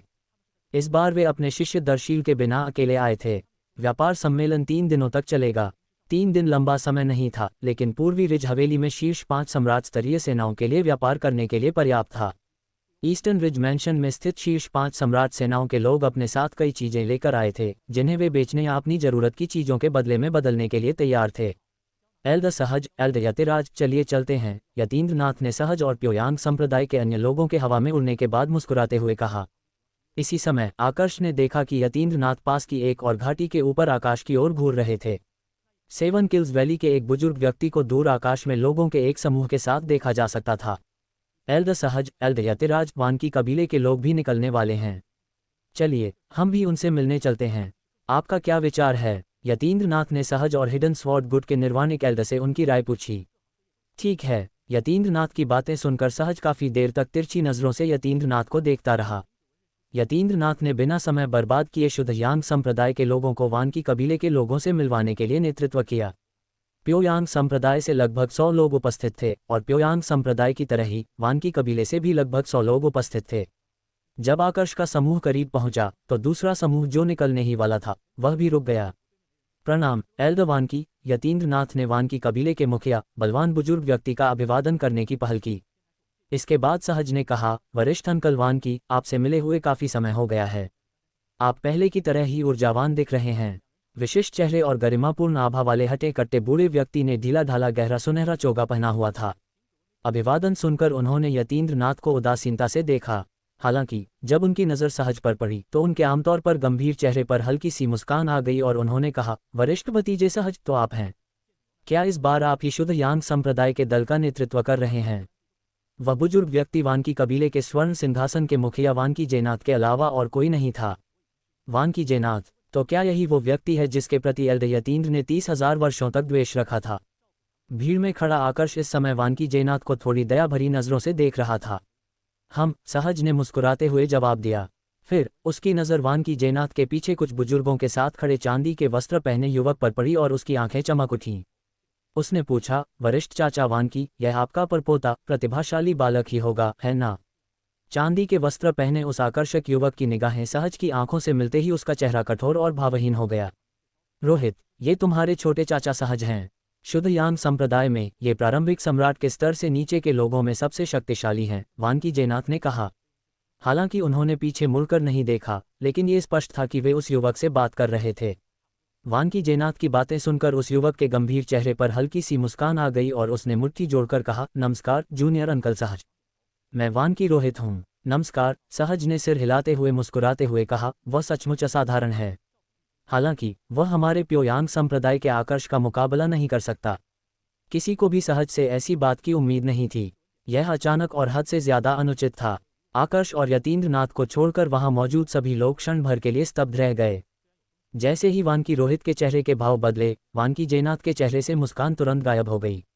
उसकी आंखों में क्रोध उमड़ आया और उसने सहज की ओर देखते हुए पूछा, सहज, तुम्हारा इससे क्या मतलब है? शुद्ध यांग संप्रदाय और वानकी कबीले के सदस्य और सेवन किल्स वैली के अन्य बुजुर्ग, जिन्हें वानकी कबीले के लोगों को व्यापार सम्मेलन स्थल तक ले जाना था, स्तब्ध रह गए। उनमें से किसी ने भी यह उम्मीद नहीं की थी कि सहज, जो कुछ क्षण पहले तक सौहार्दपूर्ण व्यवहार कर रहे थे, अचानक और अनुचित तरीके से वानकी रोहित का अपमान करेंगे। इतना ही नहीं, सहज ने ये शब्द वानकी जयनाथ के सामने कहे थे। ऐसा कोई नहीं था जो यह न जानता हो कि वानकी जयनाथ को अपने परपोते वानकी रोहित पर सबसे अधिक गर्व था। वानकी जयनाथ वानकी रोहित को वानकी वंश का चेहरा मानते थे। जब उनका सामना ऐसे मध्यम स्तर के सम्राटों से होता जिनसे वे मुकाबला नहीं कर सकते थे, तो वे कहते थे, यद्यपि मैं तुमसे थोड़ा कमजोर हूं, फिर भी तुम्हारे वंशजों में से ऐसा कोई मिलना मुश्किल है जो मेरे परपोते वानकी रोहित का मुकाबला कर सके। वानकी जयनाथ अपने सभी वंशजों में वानकी रोहित को सबसे अधिक महत्व देते थे। पूर्वी रिज हवेली में शीर्ष 5 सम्राट श्रेणी के सभी अधिकारी इस बात से अवगत थे, इसलिए यह असंभव था कि शुद्ध यांग के निर्वाणिक बुजुर्ग सहज इससे अनभिज्ञ हों। इसी कारण सहज के उत्तेजक शब्दों से सभी लोग स्तब्ध रह गए। हालांकि आकर्ष और यतीन्द्र नाथ दूसरों की तरह भ्रमित नहीं थे, फिर भी वे थोड़े अचंभित रह गए। वे जानते थे कि सहज वानकी जयनाथ को शर्त लगाने के लिए उकसाएगा, लेकिन उन्हें यह उम्मीद नहीं थी कि वह वानकी जयनाथ से मिलते ही ऐसा करेगा। यतीन्द्र नाथ ने वॉइस ट्रांसमिशन के जरिए ये कहने से पहले आकर्ष की ओर एक नज़र डाली, मुझे सच में उम्मीद नहीं थी कि वह अब वानकी जयनाथ को उकसाएगा। मुझे लगा था कि वह कम से कम व्यापार सम्मेलन के स्थल पर पहुंचने तक इंतजार करेगा। आकर्ष ने कड़वी मुस्कान के साथ जवाब दिया, मैं भी। सहज के अलावा आकर्ष और यतीन्द्र नाथ ही वहां मौजूद ऐसे लोग थे जो सहज द्वारा अचानक वानकी जयनाथ को उकसाने के कारण से अवगत थे। क्या सहज पागल है? जब वानकी कबीले के सदस्यों को होश आया तो उन्होंने सहज को शत्रुतापूर्ण भावों से देखा। हालांकि उनमें से कोई भी सहज से अधिक शक्तिशाली नहीं था, लेकिन उनका नेतृत्व करने वाला व्यक्ति वानकी जयनाथ था, जो देवताओं के एक मध्यवर्ती सम्राट थे और सहज से कहीं अधिक शक्तिशाली थे। सहज उनके वानकी कबीले के स्वर्ण सिंहासन के मुखिया के सामने बिल्कुल भी टिक नहीं सकते थे। एल्डर सहज। दूसरी ओर हिडन स्वॉर्ड गुट के निर्वाणिक एल्डर समेत प्योयांग के सदस्यों ने सहज की पीठ को चिंता और संदेह भरे भावों से देखा। वे सोच रहे थे कि सहज ने वानकी जयनाथ को क्यों नाराज किया था। सहज, तुम्हारा इससे क्या मतलब है? वानकी जयनाथ ने गहरी आवाज में पूछा। सहज के चेहरे पर कोई भाव नहीं बदला। वानकी जयनाथ को जवाब देने के बजाय उन्होंने कहा, आकर्ष, इधर आओ। ... सहज की बातें सुनकर आकर्ष स्तब्ध रह गया। फिर भी वह आगे बढ़ा और सहज के बगल में खड़ा हो गया। फिर सहज ने आखिरकार वानकी जयनाथ की ओर देखा और पूछा, वरिष्ठ चाचा वानकी, क्या अब आप मेरी बात समझ गए हैं? फिर उसने अपने बगल में खड़े आकर्ष की ओर इशारा करते हुए मुस्कुराते हुए कहा, हमारे शुद्ध यांग संप्रदाय का आकर्ष आपके परपोते वानकी रोहित से रूप और स्वभाव दोनों में श्रेष्ठ है, क्या आप सहमत नहीं हैं? यहाँ मौजूद सभी लोगों के पास आंखें हैं और वे सभी इसे देख सकते हैं। सहज की मुस्कान और चौड़ी होती गई और उसने वानकी जयनाथ की आंखों में लगातार उमड़ रहे गुस्से को नजरअंदाज कर दिया। सहज की बातें सुनने के बाद वानकी जयनाथ ने आकर्ष को उदासीनता से देखा और फिर व्यंग्य से कहा, तो क्या हुआ अगर वह सुंदर है? क्या वह किसी का आश्रित बनकर रहेगा? वह कमजोर है। अगर वह 7 हवेली के उत्सव में शीर्ष 10 में स्थान नहीं पाता है तो उसे शुद्ध यांग संप्रदाय से परेशानी होगी, है ना? जहां तक मुझे पता है आपके शुद्ध यांग संप्रदाय ने उस पर बहुत संसाधन लगाए हैं। बोलते बोलते वानकी जयनाथ का व्यंग्य और गहरा हो गया। हालांकि यह आकर्ष से उनकी पहली मुलाकात थी, लेकिन सहज के भड़काऊ शब्दों के कारण वे पहले से ही आकर्ष को नापसंद करने लगे थे। इसके अलावा ये सच था कि आकर्ष का रूप और स्वभाव उनके परपोते से कहीं बेहतर था। हालांकि वानकी जयनाथ को सहज से डर नहीं लगता था, लेकिन सहज के पिता संकल्प के बारे में ऐसा नहीं कहा जा सकता था। आखिरकार वानकी जयनाथ संकल्प का मुकाबला नहीं कर सकते थे। इसके अलावा संकल्प अपने परिवार के प्रति अत्यधिक सुरक्षात्मक स्वभाव के लिए जाने जाते थे। अतीत में पूर्वी रिज हवेली में स्थित एक उच्च सम्राट श्रेणी की सेना के एक नौसिखिया सम्राट ने सहज को धमकाया और घायल कर दिया, जो उस समय तक नौसिखिया सम्राट नहीं बना था। इसके परिणामस्वरूप संकल्प उस उच्च सम्राट श्रेणी की सेना में गया और उस नौसिखिया सम्राट को बुरी तरह घायल कर दिया। अब तक वह नौसिखिया सम्राट अपनी चोटों से पूरी तरह उबर नहीं पाया है। यहाँ तक कि ऐसी अफवाहें भी थीं कि चोटों के कारण वह आगामी स्वर्गीय प्रलय में शायद जीवित न रह पाए। इसी कारण संकल्प के डर से वानकी जयनाथ, जो संकल्प के खिलाफ कुछ नहीं कर सकता था, ने अपना सारा गुस्सा आकर्ष पर ही निकाला। इसके अलावा आकर्ष के वानकी कबीले में शामिल होने से इनकार करने की खबर सुनकर उसके मन में आकर्ष के प्रति पहले से ही बुरी धारणा बन चुकी थी। आज की घटना ने उसके गुस्से को और भी भड़का दिया। वानकी जयनाथ की बातें सुनने के बाद भी सहज के चेहरे पर मुस्कान बनी रही। वह बिल्कुल भी नाराज नहीं था। उसने आकर्ष की ओर मुड़कर मजाक में पूछा, आकर्ष, क्या तुम अपमानित होने के बाद भी चुपचाप बैठे रहोगे और कुछ नहीं करोगे? सहज की बातें सुनकर आकर्ष समझ गया कि सहज चाहता है कि वह वानकी जेनाथ को भी उकसाए ताकि वे वानकी जेनाथ को उनके साथ शर्त लगाने के लिए राजी कर सकें। आकर्ष ने वानकी जेनाथ की ओर देखते हुए भौहें चढ़ाकर कहा, वरिष्ठ वानकी, आपने कहा कि मैं कमजोर हूं, लेकिन आप मेरे बारे में कितना जानते हैं? आप भले ही एक वरिष्ठ हैं, लेकिन आप इस तरह की अफवाहें नहीं फैला सकते। जैसे जैसे आकर्ष बोलता गया, उसकी आवाज और भी ठंडी होती गई। वानकी जेनाथ को उम्मीद नहीं थी कि आकर्ष जैसा जूनियर उससे इस तरह बात करने की हिम्मत करेगा।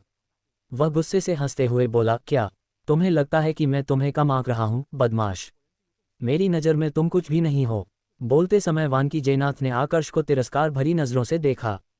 आकर्ष ने व्यंग्य करते हुए कहा, यह स्वाभाविक ही है कि मैं आपसे, जो देवताओं के मध्यवर्ती सम्राट हैं, तुलना नहीं कर सकता।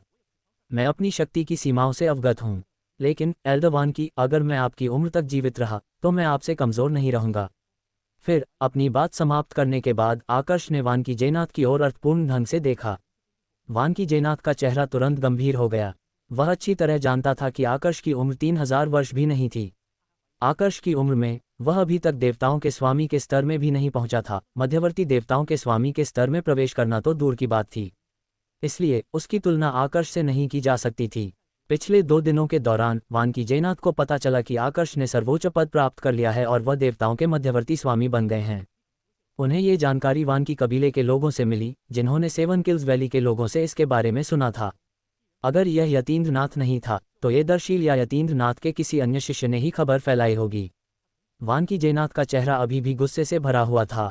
वहीं उदास चेहरे वाले वानकी रोहित ने 2 कदम आगे बढ़ाए। फिर उसने आकर्ष को घूरते हुए गुस्से से कहा, बेशर्म आकर्ष, क्या तुम्हें लगता है कि तुम्हारे जैसा एक नासमझ बच्चा मेरे परदादा के बराबर है? तुम्हारी प्रतिभा से क्या फर्क पड़ता है? क्या तुम्हें यकीन है कि तुम मेरे परदादा की उम्र तक जी पाओगे? इस दुनिया में अनगिनत प्रतिभाशाली लोग हैं जो कम उम्र में ही मर जाते हैं। इससे पहले कि वानकी रोहित दोबारा कुछ बोल पाता, ठंडे चेहरे और सख्त आवाज वाले आकर्ष ने पूछा, वानकी रोहित, क्या तुम मुझे धमकी दे रहे हो? तो क्या हुआ अगर मैं हूं? वानकी रोहित ने व्यंग्य किया। वह मध्य स्तर के देवस्वामी आकर्ष से बिल्कुल नहीं डरता था। भले ही आकर्ष अधिक शक्तिशाली था और उसकी शक्ति सामान्य उन्नत देवस्वामी के बराबर थी, फिर भी वह उससे नहीं डरता था। हालांकि वह कुछ ही समय पहले उन्नत देवस्वामी बना था और उसकी साधना अभी पूरी तरह स्थिर नहीं हुई थी, फिर भी उसने वानकी कुल के कई उन्नत देवस्वामी वरिष्ठों को हरा दिया था। एक साधारण प्रारंभिक देवस्वामी आकर्ष भला वानकी कुल के वरिष्ठों का मुकाबला कैसे कर सकता था? इसके अलावा उसे शुद्ध यान संप्रदाय के शक्तिशाली लोगों के हमले की भी चिंता नहीं थी। आखिर उसके परदादा मध्य स्तर के देवस्वामी सम्राट थे। यहाँ तक कि सहज, जो प्योयांग संप्रदाय के दल में सबसे शक्तिशाली था, भी अपने परदादा का मुकाबला नहीं कर सका, भले ही सहज प्योयांग संप्रदाय में देवताओं के सबसे शक्तिशाली प्रारंभिक सम्राट थे। वानकी रोहित, सहज का चेहरा गुस्से से लाल हो गया। वह वानकी रोहित को फटकार लगाने ही वाला था कि आकर्ष ने हाथ उठाकर उसे रोक दिया। इस समय वानकी कबीले के कई सदस्य आकर्ष को उपहास भरी निगाहों से देख रहे थे और एक अच्छा तमाशा देखने की प्रतीक्षा कर रहे थे। आकर्ष ने वानकी रोहित की ओर देखा और चेहरे पर हल्की मुस्कान लिए कहा, वानकी रोहित, मैंने सुना है कि तुम उन्नत स्तर के देवता बन गए हो। क्या ये सच है? ये सुनकर वानकी रोहित ने कोई जवाब नहीं दिया। इसके बजाय उसने गर्व से अपनी ठुड्डी ऊपर उठाई, मानो उसे आकर्ष के प्रश्न का उत्तर देने की कोई परवाह ही न हो। आकर्ष ने शांत भाव से कहा, दरअसल भले ही तुम उन्नत स्तर के देवता बन गए हो, मेरी नज़र में तुम कुछ भी नहीं हो। मैं जब शुरुआती स्तर का देवता था तब भी 2 मध्यवर्ती स्तर के देवताओं को हरा चुका था। अब जब मैं मध्यवर्ती स्तर का देवता बन गया हूं, तो तुम्हारे जैसे उन्नत स्तर के देवता पर ध्यान देने की कोई ज़रूरत नहीं है। आकर्ष के बोलते ही भीड़ में हंगामा मच गया। ये स्पष्ट था कि वह जानबूझकर वानकी रोहित को उकसा रहा था। आकर्ष, हिडन स्वॉर्ड गुट के निर्वाणिक एल्डर के चेहरे के भाव तुरंत बदल गए। अगर आकर्ष का प्रतिद्वंदी 7 किल्स वैली के 10,000 वर्ष से कम आयु के किसी भी विलक्षण प्रतिभावान व्यक्ति होता तो उन्हें आकर्ष पर पूरा भरोसा होता, लेकिन वानकी रोहित के प्रतिद्वंदी को देखकर उनका भरोसा बुरी तरह डगमगा गया। वानकी रोहित वानकी कुल का सबसे विलक्षण प्रतिभावान व्यक्ति था और 10,000 वर्ष की आयु प्राप्त करने से पहले ही वह उन्नत देवमंडल का दर्जा प्राप्त कर चुका था। ऐसी अफवाहें भी थीं कि उन्नत देवमंडल का दर्जा प्राप्त करने के कुछ ही समय बाद भी उसने कई उन्नत देवमंडलों को परास्त कर दिया था। दूसरी ओर आकर्ष 2 साल पहले ही देवताओं के मध्यवर्ती स्वामी बने थे। हिडन स्वॉर्ड गुट के निर्वाणिक एल्डर को चिंता क्यों नहीं होनी चाहिए थी जब आकर्ष, जो केवल 2 वर्षों से देवताओं के मध्यवर्ती स्वामी थे, ने वानकी रोहित को उकसाया, जो पहले से ही 100 वर्षों से देवताओं के उन्नत स्वामी थे। इसी बीच वानकी रोहित, जो कुछ पल के लिए स्तब्ध रह गया था, होश में आने पर दिल खोलकर हंसा, मानो उसने दुनिया का सबसे मजेदार चुटकुला सुना हो। हंसी थमते ही उसकी निगाहें ठंडी पड़ गईं और उसने आकर्ष को देखते हुए कहा, आकर्ष, कहीं तुम खुद को महान तो नहीं समझते, सिर्फ इसलिए कि तुमने शुरुआती स्तर के देवता रहते हुए 2 मध्यम स्तर के देवताओं को मार डाला। तुमने जिन 2 देवताओं को मारा वे मध्यम स्तर के देवताओं में सबसे कमजोर थे। मैं भी शुरुआती स्तर का देवता रहते हुए उन्हें आसानी से मार सकता था। तुम सच में मेरी, वानकी रोहित, की तुलना ऐसे तुच्छ लोगों से करने की हिम्मत करते हो। उसी समय सहज के होंठों के कोने फड़क उठे। उसे उम्मीद नहीं थी कि आकर्ष के शब्द इतने कठोर होंगे और वह दूसरों को उकसाने में इतना माहिर होगा। अगर वह वानकी जयनाथ या वानकी रोहित की जगह होता तो वह भी आकर्ष के अपमान को सहन नहीं कर पाता। मेरी नज़र में तुम भी उतने ही बेकार हो जितने वे, आकर्ष ने कहा। उसी क्षण आकर्ष को देखते हुए उसकी ऊर्जा में जबरदस्त उछाल आया। ये शब्द सुनकर सहज का मुंह खुला रह गया। इसके अलावा आकर्ष की बढ़ती आक्रामकता ने उसे इस बात की चिंता में डाल दिया कि कहीं आकर्ष अचानक वानकी रोहित पर हमला न कर दे। उसी समय वानकी रोहित और वानकी जयनाथ दोनों के चेहरे के भाव भी तुरंत बदल गए। इसी तरह उनकी ऊर्जा में भी तीव्र उछाल आया। वानकी जयनाथ की ऊर्जा विशेष रूप से भयावह थी। वानकी जयनाथ का चेहरा बेहद गुस्से से भरा हुआ था जब उसने कहा, बदमाश, क्या तुम मौत को बुला रहे हो?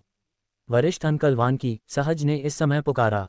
उसे लगा कि अगर उसने अभी हस्तक्षेप नहीं किया तो आकर्ष वानकी जयनाथ को उस पर हमला करने के लिए उकसा सकता है। उसने आगे कहा, आकर्ष को विलक्षण प्रतिभा कहलाने की आदत हो गई है। वह बहुत प्रतिभाशाली है, इसलिए वह अपने से कम प्रतिभाशाली किसी को भी बेकार समझता है। वास्तव में उसकी कोई बुरी मंशा नहीं है। सहज के बोलते ही आकर्ष की सुरक्षा को लेकर चिंतित शुद्ध यांग संप्रदाय के सदस्य एक बार फिर अवाक रह गए। क्या सहज स्थिति को और बिगाड़ने की कोशिश कर रहा था या वह सचमुच आकर्ष की मदद करना चाहता था? उसके शब्दों ने स्थिति को और भी खराब कर दिया। इस समय हिडन स्वॉर्ड गुट के निर्वाणिक एल्डर आकर्ष के बगल में खड़े हो गए और शांत स्वर में बोले, एल्डर वानकी, मेरे गुरु आकर्ष के ऋणी हैं। हालांकि मुझे नहीं पता कि वह क्या ऋणी हैं, लेकिन उन्होंने एक बार कहा था कि वे आकर्ष के जीवन को खतरा पहुंचाने वाले किसी भी व्यक्ति को मारकर ऋणी बन जाएंगे। इसमें देवताओं के मध्यवर्ती सम्राट भी शामिल हैं। ये शब्द सुनकर वानकी जयनाथ का चेहरा एकदम बदल गया। फिर वह गरजते हुए बोला, यशित, क्या तुम मुझे धमकी दे रहे हो? हिडन स्वॉर्ड गुट के निर्वाणिक गुरु यशित हिडन स्वॉर्ड संप्रदाय के संस्थापक यतिराज के शिष्य भी थे, इसलिए वे यशित को जानते थे। यशित ने उदासीनता से मुस्कुराते हुए कहा, मैं ऐसा करने की हिम्मत नहीं करता एल्डर वानकी। मैं तो बस आपको अनावश्यक परेशानी से बचने के लिए याद दिला रहा हूँ। वानकी जयनाथ ने ठंडे स्वर में उपहास किया। यशित को देखते हुए उसकी निगाहें भले ही ठंडी थीं, लेकिन उसने विषय को आगे नहीं बढ़ाया। आखिर यतिराज संकल्प से भी कहीं अधिक भयानक था। यहाँ तक कि अन्य 2 स्वर्ण सिंहासन के वरिष्ठ और वानकी कबीले के मुखिया भी इस बात से सहमत थे कि यतिराज शुद्ध यांग संप्रदाय के 2 सबसे शक्तिशाली लोगों में से एक था। संकल्प शायद शुद्ध यांग संप्रदाय में ज्यादा से ज्यादा तीसरे सबसे शक्तिशाली व्यक्ति थे। वह संकल्प से ही डरता था, यतिराज की तो बात ही छोड़िए। भले ही वह यतिराज से उम्र में बड़ा था, लेकिन उम्र किसी की शक्ति का निर्धारण नहीं करती। ... वानकी जयनाथ को यशित की बातों पर इसलिए भी कोई संदेह नहीं था क्योंकि वह न केवल ये जानता था कि यशित यतिराज का शिष्य था, बल्कि इसलिए भी कि वह जानता था कि यशित यतिराज का बहुत सम्मान करता था और यतिराज से संबंधित किसी भी बात पर झूठ नहीं बोलेगा। जब वानकी जयनाथ ने अपनी निगाहें आकर्ष की ओर घुमाई तो उनका चेहरा और भी बिगड़ गया। उनकी आवाज़ बेहद ठंडी थी। उन्होंने कहा, मैं आज संकल्प और यतिराज की खातिर तुम्हें छोड़ रहा हूँ। अन्यथा भले ही मैं कोई कार्रवाई न करूं, मैं अपने परपोते से तुम्हारे बड़ों की ओर से तुम्हें सबक सिखाऊंगा। दूसरे शब्दों में वानकी जयनाथ का तात्पर्य यह था कि यदि वह आकर्ष पर हमला करता है तो इसे एक बड़े द्वारा एक छोटे पर धौंस जमाने के रूप में देखा जाएगा। हालांकि अगर उसका परपोता कार्रवाई करता है तो मामला अलग होगा। इसलिए संकल्प और यतिराज भी उसकी आलोचना नहीं कर पाएंगे। अपने परदादा के पीछे हटने के अलावा कोई विकल्प न देखकर वानकी रोहित का चेहरा और भी गंभीर हो गया। उसने ठंडी निगाहों से आकर्ष को घूरते हुए धीमी आवाज में पूछा, आकर्ष, क्या तुमने मुझे निकम्मा कहा? क्या ये सच नहीं है? आकर्ष ने पलटवार किया। स्पष्ट रूप से उसका झुकने का कोई इरादा नहीं था और वह वानकी रोहित को उकसाने पर तुला हुआ था। उसने आगे कहा, मैं अभी 3000 वर्ष का भी नहीं हुआ हूँ, लेकिन मैं पहले से ही मध्यम स्तर का देवता बन चुका हूँ। 4000 वर्ष का होने से पहले मुझे पूरा विश्वास है कि मैं उन्नत स्तर का देवता बन जाऊंगा। जहां तक तुम्हारी बात है, तुम लगभग 10,000 वर्ष के हो चुके हो, लेकिन तुम केवल उन्नत स्तर के देवता ही बने हो। क्या ये व्यर्थ नहीं है? आकर्ष के शब्दों से वानकी रोहित का चेहरा गुस्से से लाल हो गया और उसने आकर्ष को तीखी निगाहों से देखा। कहने की जरूरत नहीं, वानकी कबीले के बाकी सदस्य भी बेहद गुस्से में थे। वे सचमुच हैरान थे कि आकर्ष अपने इस घमंड के बावजूद आज तक कैसे बच पाया। उन्हें लगा कि उसका अब तक जीवित रहना वाकई एक चमत्कार है। शुद्ध यांग संप्रदाय के सदस्य भी आकर्ष के व्यवहार से स्तब्ध रह गए। उन्हें उम्मीद नहीं थी कि आकर्ष इतनी निर्भीकता से वानकी जेनाथ, वानकी रोहित और वानकी कबीले को उकसाएगा। आकर्ष, तुम मौत को दावत दे रहे हो। स्वाभाविक रूप से प्योयांग संप्रदाय के कुछ लोग भी आकर्ष के आसन दुर्भाग्य को देखकर प्रसन्न थे। उनमें से एक झेंगमिंग गुट का नमन था। वह आकर्ष के मुसीबत में पड़ने का बेसब्री से इंतजार कर रहा था। अगर आकर्ष मारा जाता तो उसे और भी खुशी होती, लेकिन वह जानता था कि आकर्ष की जान जाने की संभावना बहुत कम थी। उसी समय सेवन किल्स वैली के बुजुर्ग यतीन्द्र नाथ ने सहज को हैरानी से देखते हुए वॉइस ट्रांसमिशन के माध्यम से पूछा, बुजुर्ग सहज, क्या आपने आकर्ष को इतना असभ्य होना सिखाया है? यतीन्द्र नाथ के मन में ये ख्याल आया कि सहज ने ही आकर्ष को वानकी जेनाथ और वानकी रोहित को उकसाने का तरीका सिखाया होगा। हालांकि वह जानता था कि वानकी रोहित और वानकी जेनाथ को उकसाना योजना का हिस्सा था, फिर भी उसे लगा कि यह हद पार करना था। उसे आश्चर्य हुआ कि क्या सहज को सचमुच इस बात की चिंता नहीं थी कि भविष्य में वानकी जेनाथ आकर्ष को निशाना बनाकर मार डालेगा। आखिर वानकी जेनाथ कोई कमजोर नहीं था और बहुत ही प्रतिशोधी भी था। यतीन्द्र नाथ की आवाज़ सुनकर सहज के होंठों के कोने फड़क उठे। वह इनकार करना चाहता था, लेकिन अंत में उसने कोई जवाब नहीं दिया। आखिरकार अगर उसने इनकार कर दिया और यतीन्द्र नाथ ने यह बात फैला दी, तो वानकी जेनाथ भविष्य में निश्चित रूप से आकर्ष को निशाना बनाएगा। मुझे पहले यह एहसास क्यों नहीं हुआ कि आकर्ष इतना घमंडी है? मुझे भी लगता है कि वह हद से ज्यादा घमंडी हो गया है और उसे सबक सिखाने की जरूरत है। सहज ने मन ही मन सोचा। वह अवाक रह गया था। शुरू में उसे चिंता थी कि आकर्ष को वानकी जेनाथ और वानकी रोहित को उकसाने का तरीका नहीं पता होगा। आखिर अगर आकर्ष उन्हें उकसाने में नाकाम रहा तो उनकी योजना विफल हो जाएगी। किसने सोचा था कि आकर्ष उन्हें उकसाने में हद पार कर देगा? वानकी रोहित की आंखें गुस्से से लाल हो गईं और उसका शरीर भी कांपने लगा। हालांकि आकर्ष ने आगे कहा, और भले ही हम तुम्हारी उम्र को नजरअंदाज कर दें, वानकी रोहित, मेरी नज़रों में तुम अब भी कचरे के समान हो जो उन्नत देवताओं के स्वामी बन गए हो। आकर्ष के शब्दों ने वानकी रोहित के क्रोध को पूरी तरह से भड़का दिया, जैसे बारूद के ढेर में चिंगारी लग जाती है। क्रोध से जलते हुए उसने कहा, आकर्ष, तुम्हारा इससे क्या तात्पर्य है? क्या तुम्हें लगता है कि मैं, जो 100 वर्षों से उन्नत देवमंडल का स्वामी हूँ, तुम्हारे सामने कुछ भी नहीं हूँ, जो केवल 2 साल पहले ही मध्यवर्ती देवमंडल का स्वामी बना हूँ? क्या तुम्हें सच में लगता है कि तुम मुझसे अधिक शक्तिशाली हो? आकर्ष का चेहरा शांत था। उसने सिर हिलाते हुए कहा, बुरा नहीं है। हालांकि तुम निकम्मे हो, लेकिन जल्दी सीख जाते हो। मुझे लगता है कि तुम पूरी तरह से बेवकूफ़ नहीं हो। अचानक वानकी रोहित, जो पहले अपना आपा खो बैठा था, आकर्ष की बातें सुनकर शांत हो गया। फिर उसने चेहरे पर व्यंग्यात्मक मुस्कान लिए कहा, तुम्हें लगता है कि तुम मुझसे बेहतर हो? अगर ऐसा है तो क्या तुम मुझसे लड़ने की हिम्मत करोगे? कायरों की तरह पीछे नहीं हटोगे, है ना? आखिर तुमने अभी अभी इतने सारे लोगों के सामने कहा कि मैं तुम्हारे जितना ताकतवर नहीं हूं। बेशक तुम अपनी कही हुई बात वापस ले सकते हो। फिर वानकी रोहित ने एक कदम आगे बढ़ाया। हवा में उनका वस्त्र लहरा रहा था और उनका भावपूर्ण व्यक्तित्व झलक रहा था। उन्होंने कहा, आज इतने सारे वरिष्ठों के सामने मैं, वानकी रोहित, वानकी वंश का सदस्य, शुद्ध यांग संप्रदाय के आकर्ष को द्वंद्व युद्ध के लिए चुनौती देता हूं।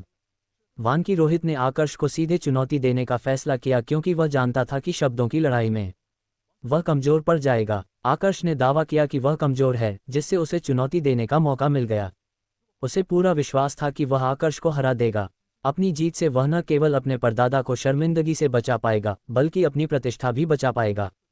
अन्यथा यदि यह खबर फैल गई कि आकर्ष द्वारा बार बार उकसाए जाने के बाद भी कुछ नहीं किया गया, तो वह, उसके परदादा और वानकी परिवार निश्चित रूप से अपना गौरव और प्रतिष्ठा खो देंगे।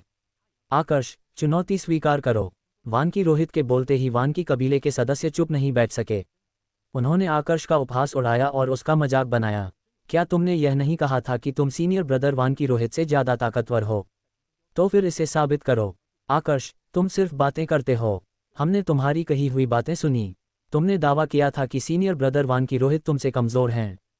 बिल्कुल सही। अब जबकि सीनियर ब्रदर वानकी रोहित ने आपको चुनौती दी है, क्या आप चुनौती स्वीकार करने की हिम्मत रखते हैं? अगर नहीं, तो इससे केवल यही पता चलता है कि आप शेखी बघार रहे हैं। अगर मुझसे पूछो तो आकर्ष सिर्फ बातें करता है। वानकी वंश के युवा शिष्य पहले से ही क्रोधित थे। अब जब उन्हें ऐसा अवसर मिला तो वे अपने क्रोध को प्रकट करने के इस अवसर को कैसे न गंवा सकते थे। इसके विपरीत शुद्ध यांग संप्रदाय के सभी लोग चुप थे। ऐसा नहीं था कि वे आकर्ष के लिए बोलना नहीं चाहते थे, बल्कि वे सचमुच नहीं जानते थे कि क्या कहें। आखिरकार उनके पास चिल्लाकर आकर्ष को वान की रोहित की चुनौती स्वीकार करने और उसे हराने के लिए कहने का कोई तरीका नहीं था। उनकी राय में यह असंभव था और कल्पना मात्र था। हिडन स्वॉर्ड गुट के निर्वाणिक एल्डर योशित ने भी इस समय थोड़ा सा भौहें से कुढ़ी। जैसे ही योशित कुछ बोलने ही वाला था, आकर्ष ने कहा, वान की रोहित, तुम मुझे चुनौती देना चाहते हो? आकर्ष की आंखें थोड़ी सिकुड़ी हुई थीं और उनके चेहरे पर हल्की सी मुस्कान दिखाई दे रही थी। क्या तुम मेरी चुनौती स्वीकार करने की हिम्मत रखते हो? वान की रोहित ने अपने चेहरे पर व्यंग्य का भाव लिए पूछा। इस समय वान की रोहित के बगल में खड़े वान की जयनाथ के चेहरे पर अब क्रोध नहीं था। इसके बजाय उन्होंने वान की रोहित को संतुष्टि भरी मुस्कान के साथ देखा। पहले ही उन्हें यह एहसास हो गया था कि कनिष्ठों के बीच के झगड़े में दखल देना उनके लिए उचित नहीं था। हालांकि उन्होंने पहले अपने शब्दों से संकेत दिया था, लेकिन उन्होंने वॉइस ट्रांसमिशन के माध्यम से वान की रोहित से कुछ नहीं कहा। जैसा कि उम्मीद थी, उनके परपोते ने उनकी बात समझ ली और उन्हें निराश नहीं किया। आकर्ष ने जम्हाई लेते हुए आलस भरे लहजे में कहा, डरने की क्या बात है?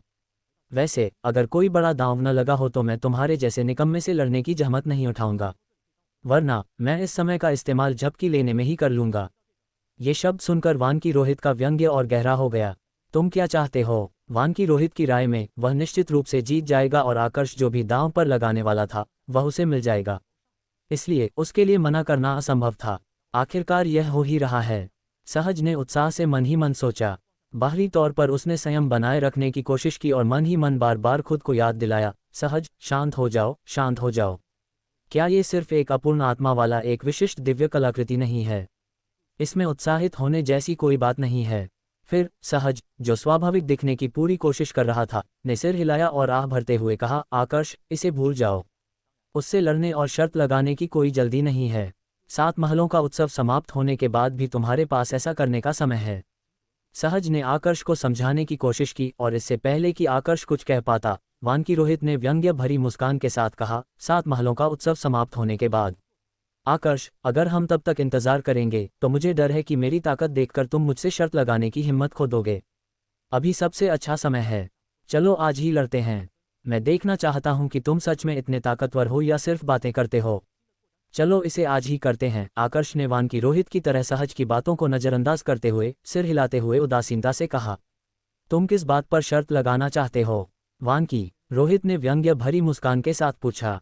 उसने कहा, जब तक यह मेरे या वान की कबीले के पास मौजूद कोई चीज़ है, मुझे कोई आपत्ति नहीं होगी। तुम्हारे पास जो कुछ भी है, वान की कबीले को उसकी कोई कमी नहीं होगी, और तुम्हारे पास जो कुछ भी नहीं है, वान की कबीले को उसकी भी कोई कमी नहीं होगी। वान की रोहित की बातें सुनकर आकर्ष मुस्कुराया। उसने कहा, वान की रोहित, तुम्हारी प्रतिभा और ताकत भले ही कुछ खास न हो, लेकिन तुम काफ़ी सीधे साधे हो। इसलिए चलो आज किसी खास दिव्य कलाकृति पर दांव लगाते हैं। वान की रोहित ने तिरस्कार भरी मुस्कान के साथ कहा, मुझे लगा था कि तुम कुछ कमाल का करोगे, लेकिन तुम तो बस एक प्रतिष्ठित दिव्य कलाकृति पर शर्त लगाना चाहते हो। देहाती से यही उम्मीद थी। आखिर तुम निचले स्तर से आए हो। मेरी नज़र में एक प्रतिष्ठित दिव्य कलाकृति कचरे से कम नहीं है। क्यों न तुम दांव बढ़ाओ? जहां तक मुझे पता है, तुम राजा श्रेणी की लिमिट डिवाइन पिल्स बना सकते हो, है ना? क्यों न तुम 100 राजा श्रेणी की लिमिट डिवाइन पिल्स दांव पर लगाओ? मैं भी उतनी ही कीमत की कोई चीज़ दांव पर लगाऊंगा। Shocking grade limit divine pills. वान की रोहित वाकई लालची था। 100 राजा श्रेणी की लिमिट डिवाइन पिल्स। इस क्षण आकर्ष को अपनी गलती का एहसास हुआ। उसने केवल प्रमुख दिव्य कलाकृति कहा था और अपूर्ण कलाकृति आत्मा के साथ जोड़ना भूल गया था। चून की गलती हो चुकी थी। उसने सोचा कि क्यों न बात को आगे बढ़ा दिया जाए, इससे सहज और संकल्प पर भी बोझ कम हो जाएगा। फिर उसने भौहें चढ़ाकर कहा, तुम बहुत लालची हो। तुम्हें पता होना चाहिए कि मैं एक बार में केवल कुछ ही बना सकता हूँ। 100 राजा श्रेणी की लिमिट डिवाइन पिल्स। क्या तुम बहुत ज्यादा नहीं मान रहे हो? वान की रोहित ने उपहास करते हुए कहा, क्या तुम इतनी छोटी रकम भी नहीं जुटा सकते? छोटी रकम? आकर्ष मुस्कुराया और बोला, बहुत खूब। अगर तुम्हें मुझसे 100 राजा श्रेणी की लिमिट डिवाइन पिल्स चाहिए तो तुम्हें एक अपूर्ण आर्टिफैक्ट सोल वाला एक प्रमुख दिव्य कलाकृति लानी होगी। आकर्ष की आवाज बंद होते ही चारों ओर सन्नाटा छा गया। सहज ने आकर्ष को देखा और थोड़ा आश्चर्यचकित हुआ। ऐसा लग रहा था कि आकर्ष शर्त के बदले में 100 राजा श्रेणी की लिमिट डिवाइन पिल्स के बदले एक अपूर्ण आत्मा वाली प्रमुख दिव्य कलाकृति प्राप्त करना चाहता है। लेकिन क्या वान की रोहित इस बात पर सहमत होगा? 100 राजा श्रेणी की लिमिट डिवाइन पिल्स वास्तव में कीमती थीं, लेकिन उनका मूल्य अपूर्ण कलाकृति आत्मा वाली एक प्रमुख दिव्य कलाकृति के मूल्य के बराबर नहीं था। प्योयांग के कई सदस्य असमंजस में एक दूसरे को देखने लगे। वे सभी सोच रहे थे कि क्या आकर्ष जानबूझकर आपस में बातचीत में बाधा डाल रहा है, क्योंकि वे वॉइस ट्रांसमिशन के माध्यम से एक दूसरे से बात कर रहे थे। वानकी कबीले के लोग भी यही सोच रहे थे और उन सभी ने आकर्ष को तिरस्कार भरी नज़रों से देखा। एक अधूरी आत्मा वाली एक प्रमुख दिव्य कलाकृति। मुझे लगता है कि वह सीनियर ब्रदर वानकी रोहित से लड़ने की हिम्मत ही नहीं करता। बिल्कुल सही, शायद उसे लगता है कि सीनियर ब्रदर वानकी रोहित के पास अपूर्ण आत्मा वाला कोई प्रमुख दिव्य कलाकृति नहीं है, इसलिए उसने जानबूझकर ऐसा कहा। क्या उन्हें यह नहीं पता कि हमारे पूर्वज के पास एक अपूर्ण आत्मा वाली एक प्रमुख दिव्य कलाकृति है, भले ही वरिष्ठ भाई वानकी रोहित के पास ऐसी कोई कलाकृति न हो। मुझे डर है कि वह वास्तव में नहीं जानता कि हमारे पूर्वज के पास एक अपूर्ण आत्मा वाली एक महत्वपूर्ण दिव्य कलाकृति है। वानकी कबीले के सदस्य आकर्ष को एक मूर्ख की तरह देखते थे और उसके प्रति उनकी घृणा और भी बढ़ गई। आकर्ष, क्या तुम्हें लगता है कि मेरे पास अपूर्ण आत्मा वाला कोई प्रमुख दिव्य कलाकृति न होने के कारण तुम्हें मुझसे लड़ना नहीं पड़ेगा? अगर ऐसा है तो मुझे डर है कि तुम मुझसे लड़ने से बच नहीं पाओगे। मेरे पास अपूर्ण आत्मा वाला कोई प्रमुख दिव्य कलाकृति नहीं है, लेकिन मेरे परदादा के पास एक है। मुझे पूरा विश्वास है कि वे इसे मुझे देने के लिए तैयार होंगे, वानकी रोहित ने कहा। उसे ये भी लगा कि आकर्ष जानबूझकर उससे लड़ने से बचने के लिए ऐसा कर रहा है। वानकी रोहित की आवाज़ बंद होते ही वानकी जयनाथ ने थोड़ा सा भौहें सिकुड़ी और सहज ही आकर्ष की ओर देखा। आकर्ष के चेहरे के भाव में बदलाव देखकर उसकी भौहें तुरंत उतर गईं। अब उसे पूरा यकीन हो गया था कि आकर्ष अपूर्ण आत्मा वाले उस विशिष्ट दिव्य कलाकृति का इस्तेमाल केवल वानकी रोहित से लड़ने से बचने के बहाने के रूप में कर रहा था। रोहित, वानकी जयनाथ ने वॉइस ट्रांसमिशन के जरिए वानकी रोहित से कहा, उसे बताओ कि तुम्हें 300 king grade limit divine pills चाहिए। एक अपूर्ण आर्टिफैक्ट सोल वाले प्रमुख दिव्य आर्टिफैक्ट का इस्तेमाल करके दांव लगाने के लिए 100 king grade limit divine pills काफ़ी नहीं हैं। आकर्ष के चेहरे के भावों में आए बदलाव को देखकर वानकी जयनाथ ने अपने उस विशिष्ट दिव्य कलाकृति को दांव पर लगाने का मन बना लिया जिसमें अभी तक अपूर्ण आत्मा थी। उन्हें पूरा विश्वास था कि उनका परपोता हारेगा नहीं। वानकी जयनाथ की बातें सुनकर वानकी रोहित की आंखें चमक उठीं।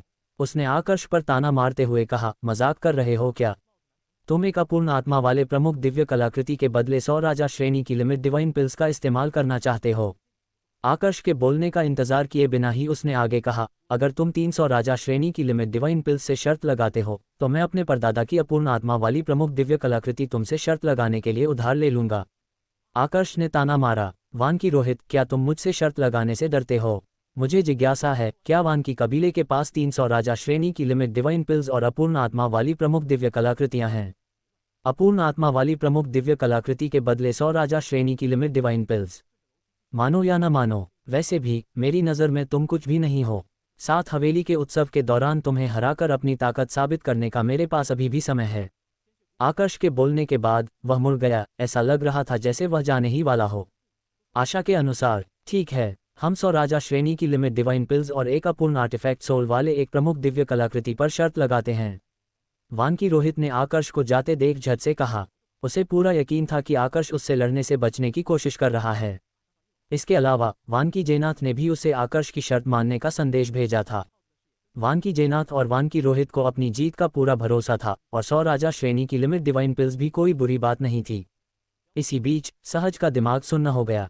उसे विश्वास नहीं हो रहा था कि वानकी जयनाथ इतनी आसानी से 100 राजा श्रेणी की लिमिट डिवाइन पिल्स और एक अपूर्ण कलाकृति आत्मा वाली एक प्रमुख दिव्य कलाकृति पर शर्त लगाने के लिए सहमत हो गया। राजा श्रेणी की लिमिट डिवाइन पिल्स निस्संदेह दुर्लभ थीं। यहाँ तक कि ईस्टर्न रिज मैंशन के प्रसिद्ध रसायनज्ञ भी इन्हें अक्सर नहीं बना पाते थे और केवल कुछ ही बना पाते थे। हालांकि 100 राजा श्रेणी की लिमिट डिवाइन पिल्स का मूल्य किसी अपूर्ण आत्मा वाले प्रमुख दिव्य कलाकृति के मूल्य के बराबर नहीं था। विशेष रूप से ईस्टर्न रिज मैंशन में इसे एक अनमोल खजाना माना जाता था। सामान्यतः केवल मध्यवर्ती देवता सम्राट के स्तर या उससे ऊपर के लोग ही किसी विशिष्ट दिव्य कलाकृति से अपूर्ण कलाकृति आत्मा को जन्म देने में सक्षम होते थे। फिर भी यह एक लंबी और कठिन प्रक्रिया थी। मध्यवर्ती देवता सम्राट के स्तर से नीचे के लोगों के लिए इसे प्राप्त करने के अन्य तरीके ही एकमात्र उपाय थे। उदाहरण के लिए हर्षेंद्र, 7 किल्स वैली के एक बुजुर्ग जिनसे आकर्ष की मुलाकात फ्लाइंग ड्रैगन सेक्ट और ताइगी सेक्ट के इंपीरियल वॉर दायरे में हुई थी, उनके पास एक अपूर्ण कलाकृति आत्मा के साथ एक प्रमुख दिव्य कलाकृति थी, लेकिन उन्होंने इसे केवल भाग्य से प्राप्त किया था। आकर्ष, तुम बहाने बनाते रहते हो। कहीं तुम चुनौती स्वीकार करने से सच में डर तो नहीं रहे? वानकी रोहित ने आकर्ष को अपनी शर्त मानने के बाद भी पीछे मुड़ते न देखकर पूछा।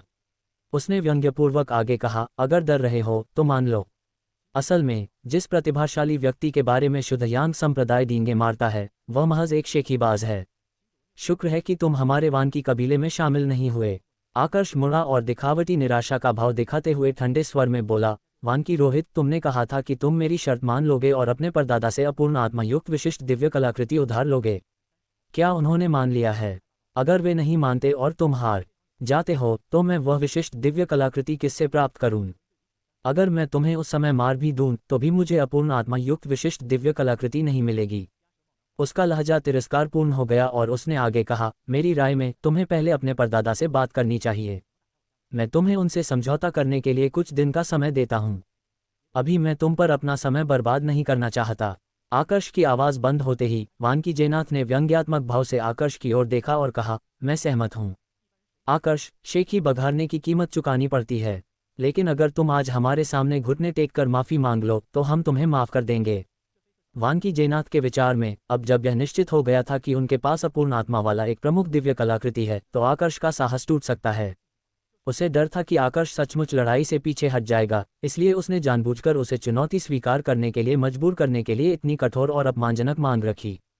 इसके अलावा दांव पर 100 राजा श्रेणी की सीमा दिव्य गोलियां थीं। चाहे वे किसी भी प्रकार की राजा श्रेणी की सीमा दिव्य गोलियां हों, वानकी कबीले के लिए भी इतनी संख्या में राजा श्रेणी की सीमा दिव्य गोलियां इकट्ठा करने में कुछ दशक या यहाँ तक कि 100 साल भी लग सकते थे। चूंकि उसे वानकी रोहित की जीत का पूरा भरोसा था तो वह इतने अच्छे अवसर को कैसे छोड़ सकता था? असंभव। आकर्ष ने वानकी जयनाथ के सुझाव को दृढ़ता से अस्वीकार कर दिया। फिर उसने कहा, ठीक है, मैं चुनौती स्वीकार करता हूं। अगर मैं हार गया तो मैं तुम्हें 100 राजा श्रेणी की लिमिट डिवाइन पिल्स दूंगा। वैसे भी मेरे लिए 100 राजा श्रेणी की लिमिट डिवाइन पिल्स बनाना आसान है। इस समय आकर्ष बोलते समय बहुत आत्मविश्वास से भरा हुआ नहीं लग रहा था। ये देखकर वानकी कबीले के सदस्य आकर्ष पर हंसने लगे। उन्हें लगा कि उन्होंने आकर्ष को चुनौती स्वीकार करने के लिए मजबूर कर दिया है। उन्हें पूरा यकीन था कि वे 100 राजा श्रेणी की लिमिट डिवाइन पिल्स जीत लेंगे। जहां वानकी कबीले के सभी लोग खुशी मना रहे थे, वहीं प्योयांग संप्रदाय के लोगों के चेहरे पर कड़वाहट और असंतोष के भाव थे। आखिरकार आकर्ष की हरकतें उनके लिए अपमानजनक थीं। इस समय आकर्ष ने वाणी संचार के माध्यम से कहा, एल्द सहज, कृपया एल्द यतीन्द्र नाथ से कहें कि वे 7 किल्स वैली के वैली मास्टर को यहाँ उपस्थित होने के लिए आमंत्रित करें। यदि वैली मास्टर नहीं आ सकते तो कोई भी मध्यवर्ती देवता सम्राट चलेगा। आकर्ष की बातें सुनकर सहज के होंठों के कोने फड़क उठे। ये लड़का सचमुच निर्दयी और सतर्क है। क्या उसे डर है कि हारने के बाद वानकी जयनाथ अपने वादे से मुकर जाएगा? इस बार ईस्टर्न रिज मैंशन का व्यापार सम्मेलन 7 किल्स वैली में आयोजित किया जा रहा था। शुद्ध यांग संप्रदाय, 7 किल्स वैली और वानकी कबीले के अलावा परोपकार और न्याय का गठबंधन और ड्रैगन मार्शल डिवाइन संप्रदाय भी व्यापार सम्मेलन में भाग लेंगे। पूर्वी रिज हवेली में स्थित इन शीर्ष 5 सम्राट स्तरीय शक्तियों में से शुद्ध यांग संप्रदाय, 7 किल्स वैली और ड्रैगन मार्शल डिवाइन संप्रदाय थे, जबकि वानकी कबीला, जैसा कि नाम से ही स्पष्ट है, एक कबीला था। परोपकार और न्याय का गठबंधन न तो संप्रदाय था और न ही कबीला, ये संप्रदाय विहीन साधकों के एक समूह द्वारा गठित गठबंधन था। गठबंधन के सदस्यों को संप्रदायों के सदस्यों की तुलना में अधिक स्वतंत्रता प्राप्त थी। फिर भी गठबंधन का संचालन किसी संप्रदाय से भिन्न नहीं था। इस समय परोपकार और न्याय गठबंधन तथा ड्रैगन मार्शल डिवाइन सेक्ट के उन वरिष्ठों को, जो क्रमशः व्यापार सम्मेलन स्थल पर दल का नेतृत्व कर रहे थे, आकर्ष और वानकी रोहित की लड़ाई की खबर मिली। उन्होंने बिना समय बर्बाद किए दूसरों को इसकी सूचना दी। मुझे अभी अभी खबर मिली है कि प्योयांग संप्रदाय के प्रतिभाशाली शिष्य आकर्ष वानकी कबीले के प्रतिभाशाली शिष्य वानकी रोहित से मुकाबला करेंगे। इस मुकाबले पर सट्टेबाजी भी चल रही है। दोनों बलों के लोग लड़ाई के बारे में सुनकर आश्चर्यचकित और उत्सुक थे। उन दोनों के बीच लड़ाई कैसे हुई? आकर्ष और वानकी रोहित दोनों ही अपनी अपनी शक्तियों में विलक्षण प्रतिभा के धनी हैं। वानकी रोहित हमेशा से वानकी कुल की युवा पीढ़ी में सबसे उत्कृष्ट रहे हैं। जहां तक आकर्ष की बात है, मुझे कुछ समय पहले ही खबर मिली है कि वे पहले ही देवताओं के मध्यवर्ती स्वामी बन चुके हैं। शुद्ध यांग संप्रदाय की युवा पीढ़ी में उनके समकक्ष मिलना लगभग असंभव है। सट्टेबाजी, वे सट्टेबाजी के लिए किस चीज़ का इस्तेमाल कर रहे हैं? 7 किल्स वैली के वे बुजुर्ग, जो क्रमशः दोनों सेनाओं का नेतृत्व कर रहे थे, ने उन्हें तुरंत मामला समझाया। इसके साथ ही उन्हें जल्द ही पता चला कि इस घटना का सूत्रधार प्योयांग संप्रदाय के निर्वाणिक एल्डर सहज थे। सहज ने वानकी रोहित का अपमान किया, जिससे वानकी जयनाथ और वानकी रोहित दोनों क्रोधित हो गए। उन्होंने ये भी सुना कि प्योयांग संप्रदाय के प्रतिभाशाली शिष्य आकर्ष ने पीछे हटने से इनकार कर दिया। जाहिर तौर पर आकर्ष और वानकी रोहित काफ़ी देर तक बहस और एक दूसरे का अपमान करते रहे, जब तक कि उन्होंने अंततः लड़ने का फैसला नहीं कर लिया। इसके अलावा Aakarsh shocking grade limit divine pills की शर्त लगाने वाले थे, जबकि वानकी रोहित वानकी जयनाथ की अपूर्ण आत्मा वाली प्रमुख दिव्य कलाकृति की शर्त लगाने वाले थे। यदि आकर्ष जीत जाते तो उन्हें वानकी जयनाथ की अपूर्ण आत्मा वाली प्रमुख दिव्य कलाकृति मिल जाती। अगर वानकी रोहित जीत जाता तो उसे 100 राजा श्रेणी की लिमिट डिवाइन पिल्स मिलती। क्या वानकी कबीले के लोग मूर्ख हैं? दांव स्पष्ट रूप से बराबर नहीं हैं। 100 राजा श्रेणी की लिमिट डिवाइन पिल्स की तुलना अपूर्ण कलाकृति आत्मा वाली एक प्रमुख दिव्य कलाकृति से कैसे की जा सकती है? क्या तुमने सुना नहीं? वानकी कबीले ने 300 राजा श्रेणी की लिमिट डिवाइन पिल्स की मांग की, लेकिन आकर्ष ने यह कहते हुए इनकार कर दिया कि या तो 100 राजा श्रेणी की लिमिट डिवाइन पिल्स या कुछ भी नहीं। उसके बाद वानकी कबीले ने आकर्ष की शर्त मान ली। मैं समझ सकता हूं कि वानकी कबीले ने शर्त क्यों स्वीकार की, भले ही दांव उनके पक्ष में न हो। आखिरकार उन्हें पूरा यकीन है कि वे जीतेंगे। उन्हें कोई नुकसान नहीं है। आकर्ष की मांग मान लेने से कोई फर्क नहीं पड़ता। कहा जाता है कि वानकी रोहित लगभग 100 साल पहले उन्नत स्तर के देवता बन गए थे। वहीं दूसरी ओर आकर्ष केवल 2 साल पहले ही मध्यवर्ती स्तर के देवता बने हैं। उनकी शक्तियां बिल्कुल भी एक समान स्तर पर नहीं हैं। बिल्कुल सही। हालांकि आकर्ष ने जब वह केवल एक प्रारंभिक स्तर का देवता था तब 2 मध्यवर्ती स्तर के देवताओं को मार डाला था, लेकिन वानकी रोहित भी जब एक प्रारंभिक स्तर का देवता था तब ऐसा कारनामा करने में सक्षम था। मैंने सुना है कि वानकी रोहित ने अकेले ही वानकी वंश के 3 मध्यवर्ती देवताओं के खिलाफ लड़ाई लड़ी और 10 चालों के भीतर ही उन्हें हरा दिया, जबकि वह देवताओं का एक प्रारंभिक स्वामी था। अरे, मुझे अभी अभी वानकी कबीले से खबर मिली है। पता चला है कि आकर्ष का इरादा वानकी रोहित से लड़ने का नहीं था, लेकिन उसने पीछे हटने से इनकार कर दिया। कहा जाता है कि उसने जानबूझकर एक अपूर्ण आत्मा वाले प्रमुख दिव्य कलाकृति पर शर्त लगाकर मामला बिगाड़ दिया। उसे लगा कि वानकी रोहित के पास अपूर्ण आत्मा वाली कोई प्रमुख दिव्य कलाकृति नहीं है, इसलिए उसे वानकी रोहित से लड़ना नहीं पड़ेगा। अफसोस, उसे इस बात का अंदाजा नहीं था कि वानकी जयनाथ के पास अपूर्ण आत्मा वाली एक प्रमुख दिव्य कलाकृति थी और उसे चुनौती स्वीकार करने के लिए मजबूर होना पड़ा। ऐसा लगता है कि मुकाबले के दौरान बिल्कुल भी सस्पेंस नहीं रहेगा। जब परोपकार और न्याय गठबंधन तथा ड्रैगन मार्शल डिवाइन सेक्ट के लोग व्यापार सम्मेलन स्थल पर पहुंचे तो उन्होंने देखा कि प्योयांग सेक्ट और वानकी कबीले के लोग भी वहां आ चुके हैं। 7 किल्स वैली के भी कई लोग उपस्थित थे। शायद आगामी मुकाबले की खबर फैल गई थी, इसलिए 7 किल्स वैली से अधिक लोग आयोजन स्थल पर पहुंचने लगे। कार्यक्रम स्थल एक विशाल घाटी में स्थित था। घाटी के बीचों बीच एक विशाल पत्थर का चबूतरा खड़ा था, जो लगभग आधे क्षेत्र को घेरे हुए था। इस समय कई लोगों को पत्थर के चबूतरे के ऊपर मंडराते हुए और चबूतरे के किनारों पर खड़े देखा जा सकता था। एल्डर वानकी, एल्डर सहज, परोपकार और न्याय के गठबंधन और ड्रैगन मार्शल डिवाइन सेक्ट के लोग आगे बढ़े और प्योयांग सेक्ट और वानकी कबीले के लोगों का अभिवादन किया। जल्द ही उनका ध्यान आकर्ष और वानकी रोहित पर केंद्रित हो गया। उनमें से अधिकांश वानकी रोहित को पहचानते थे, क्योंकि वानकी जयनाथ अतीत में कई आयोजनों में अपने प्रिय परपोते को साथ लाते थे। आकर्ष की बात करें तो उनमें से अधिकांश उन्हें आज पहली बार देख रहे थे। परोपकार और न्याय के गठबंधन के एक बुजुर्ग जो देवताओं के सम्राट थे ने आकर्ष को देखा और खेद भरे भाव से कहा, आकर्ष, मैंने तुम्हारे बारे में बहुत पहले सुना था। ये हमारा नुकसान है कि तुम हमारे गठबंधन में शामिल नहीं हुए। ड्रैगन मार्शल डिवाइन सेक्ट के उपसेक्ट लीडर जो व्यापार सम्मेलन में दल का नेतृत्व कर रहे थे ने सहज को देखकर शिकायत की, जब हमने आपको फ्लाइंग ड्रैगन सेक्ट में भर्ती करने की कोशिश की थी तब एल्डर सहज बहुत दबंग थे। उन्होंने हमारे भेजे गए सभी लोगों को भगा दिया। इस समय वानकी रोहित ने आकर्ष की ओर देखा और अधीरता से कहा, आकर्ष, क्या हम अभी लड़ सकते हैं? चलो जल्दी से इसे खत्म करते हैं। मैं तुम्हारी 100 राजा श्रेणी की लिमिट डिवाइन पिल्स का उपयोग करके अपनी मनचाही चीजें हासिल करने जा रहा हूं। वानकी रोहित को पूरा भरोसा था कि वह 100 राजा श्रेणी की लिमिट डिवाइन पिल्स प्राप्त कर लेगा। आकर्ष ने उपहास उड़ाते हुए कहा, वानकी रोहित, तुम बहुत घमंडी हो। लड़ाई अभी शुरू भी नहीं हुई है, लेकिन तुम्हें पहले से ही इतना भरोसा है कि तुम 100 राजा श्रेणी की लिमिट डिवाइन पिल्स हासिल कर लोगे। जैसे ही वानकी रोहित जवाब देने ही वाला था तभी कई सम्मानजनक आवाजें हवा में गूंज उठीं। Valley master, valley master. Aakarsh और बाकी लोगों ने शोर की दिशा में देखा। एक नज़र में ही उन्हें हरे रंग का चोगा पहने एक लंबा, अधेड़ उम्र का आदमी दिखाई दिया। उसका चेहरा जैड की तरह चिकना था और उसकी भौहों के बीच एक तिल था। 2 बूढ़े जो ऋषि जैसे दिखते थे उसके पीछे पीछे आ रहे थे। उनके पीछे रंगीन ऊर्जा की लकीरें निकल रही थीं, जिससे वे नश्वर दुनिया में उतरे अमर प्राणियों जैसे लग रहे थे। पलक झपकते ही हरे वस्त्र पहने अधेड़ उम्र का व्यक्ति और 2 बूढ़े व्यक्ति आकर्ष और अन्य लोगों के सामने आ पहुंचे। इसके बाद सहज और वानकी जयनाथ जैसे अन्य 4 बलों के दल के नेता हरे रंग के वस्त्र पहने उस अधेड़ उम्र के व्यक्ति का अभिवादन करने के लिए आगे बढ़े।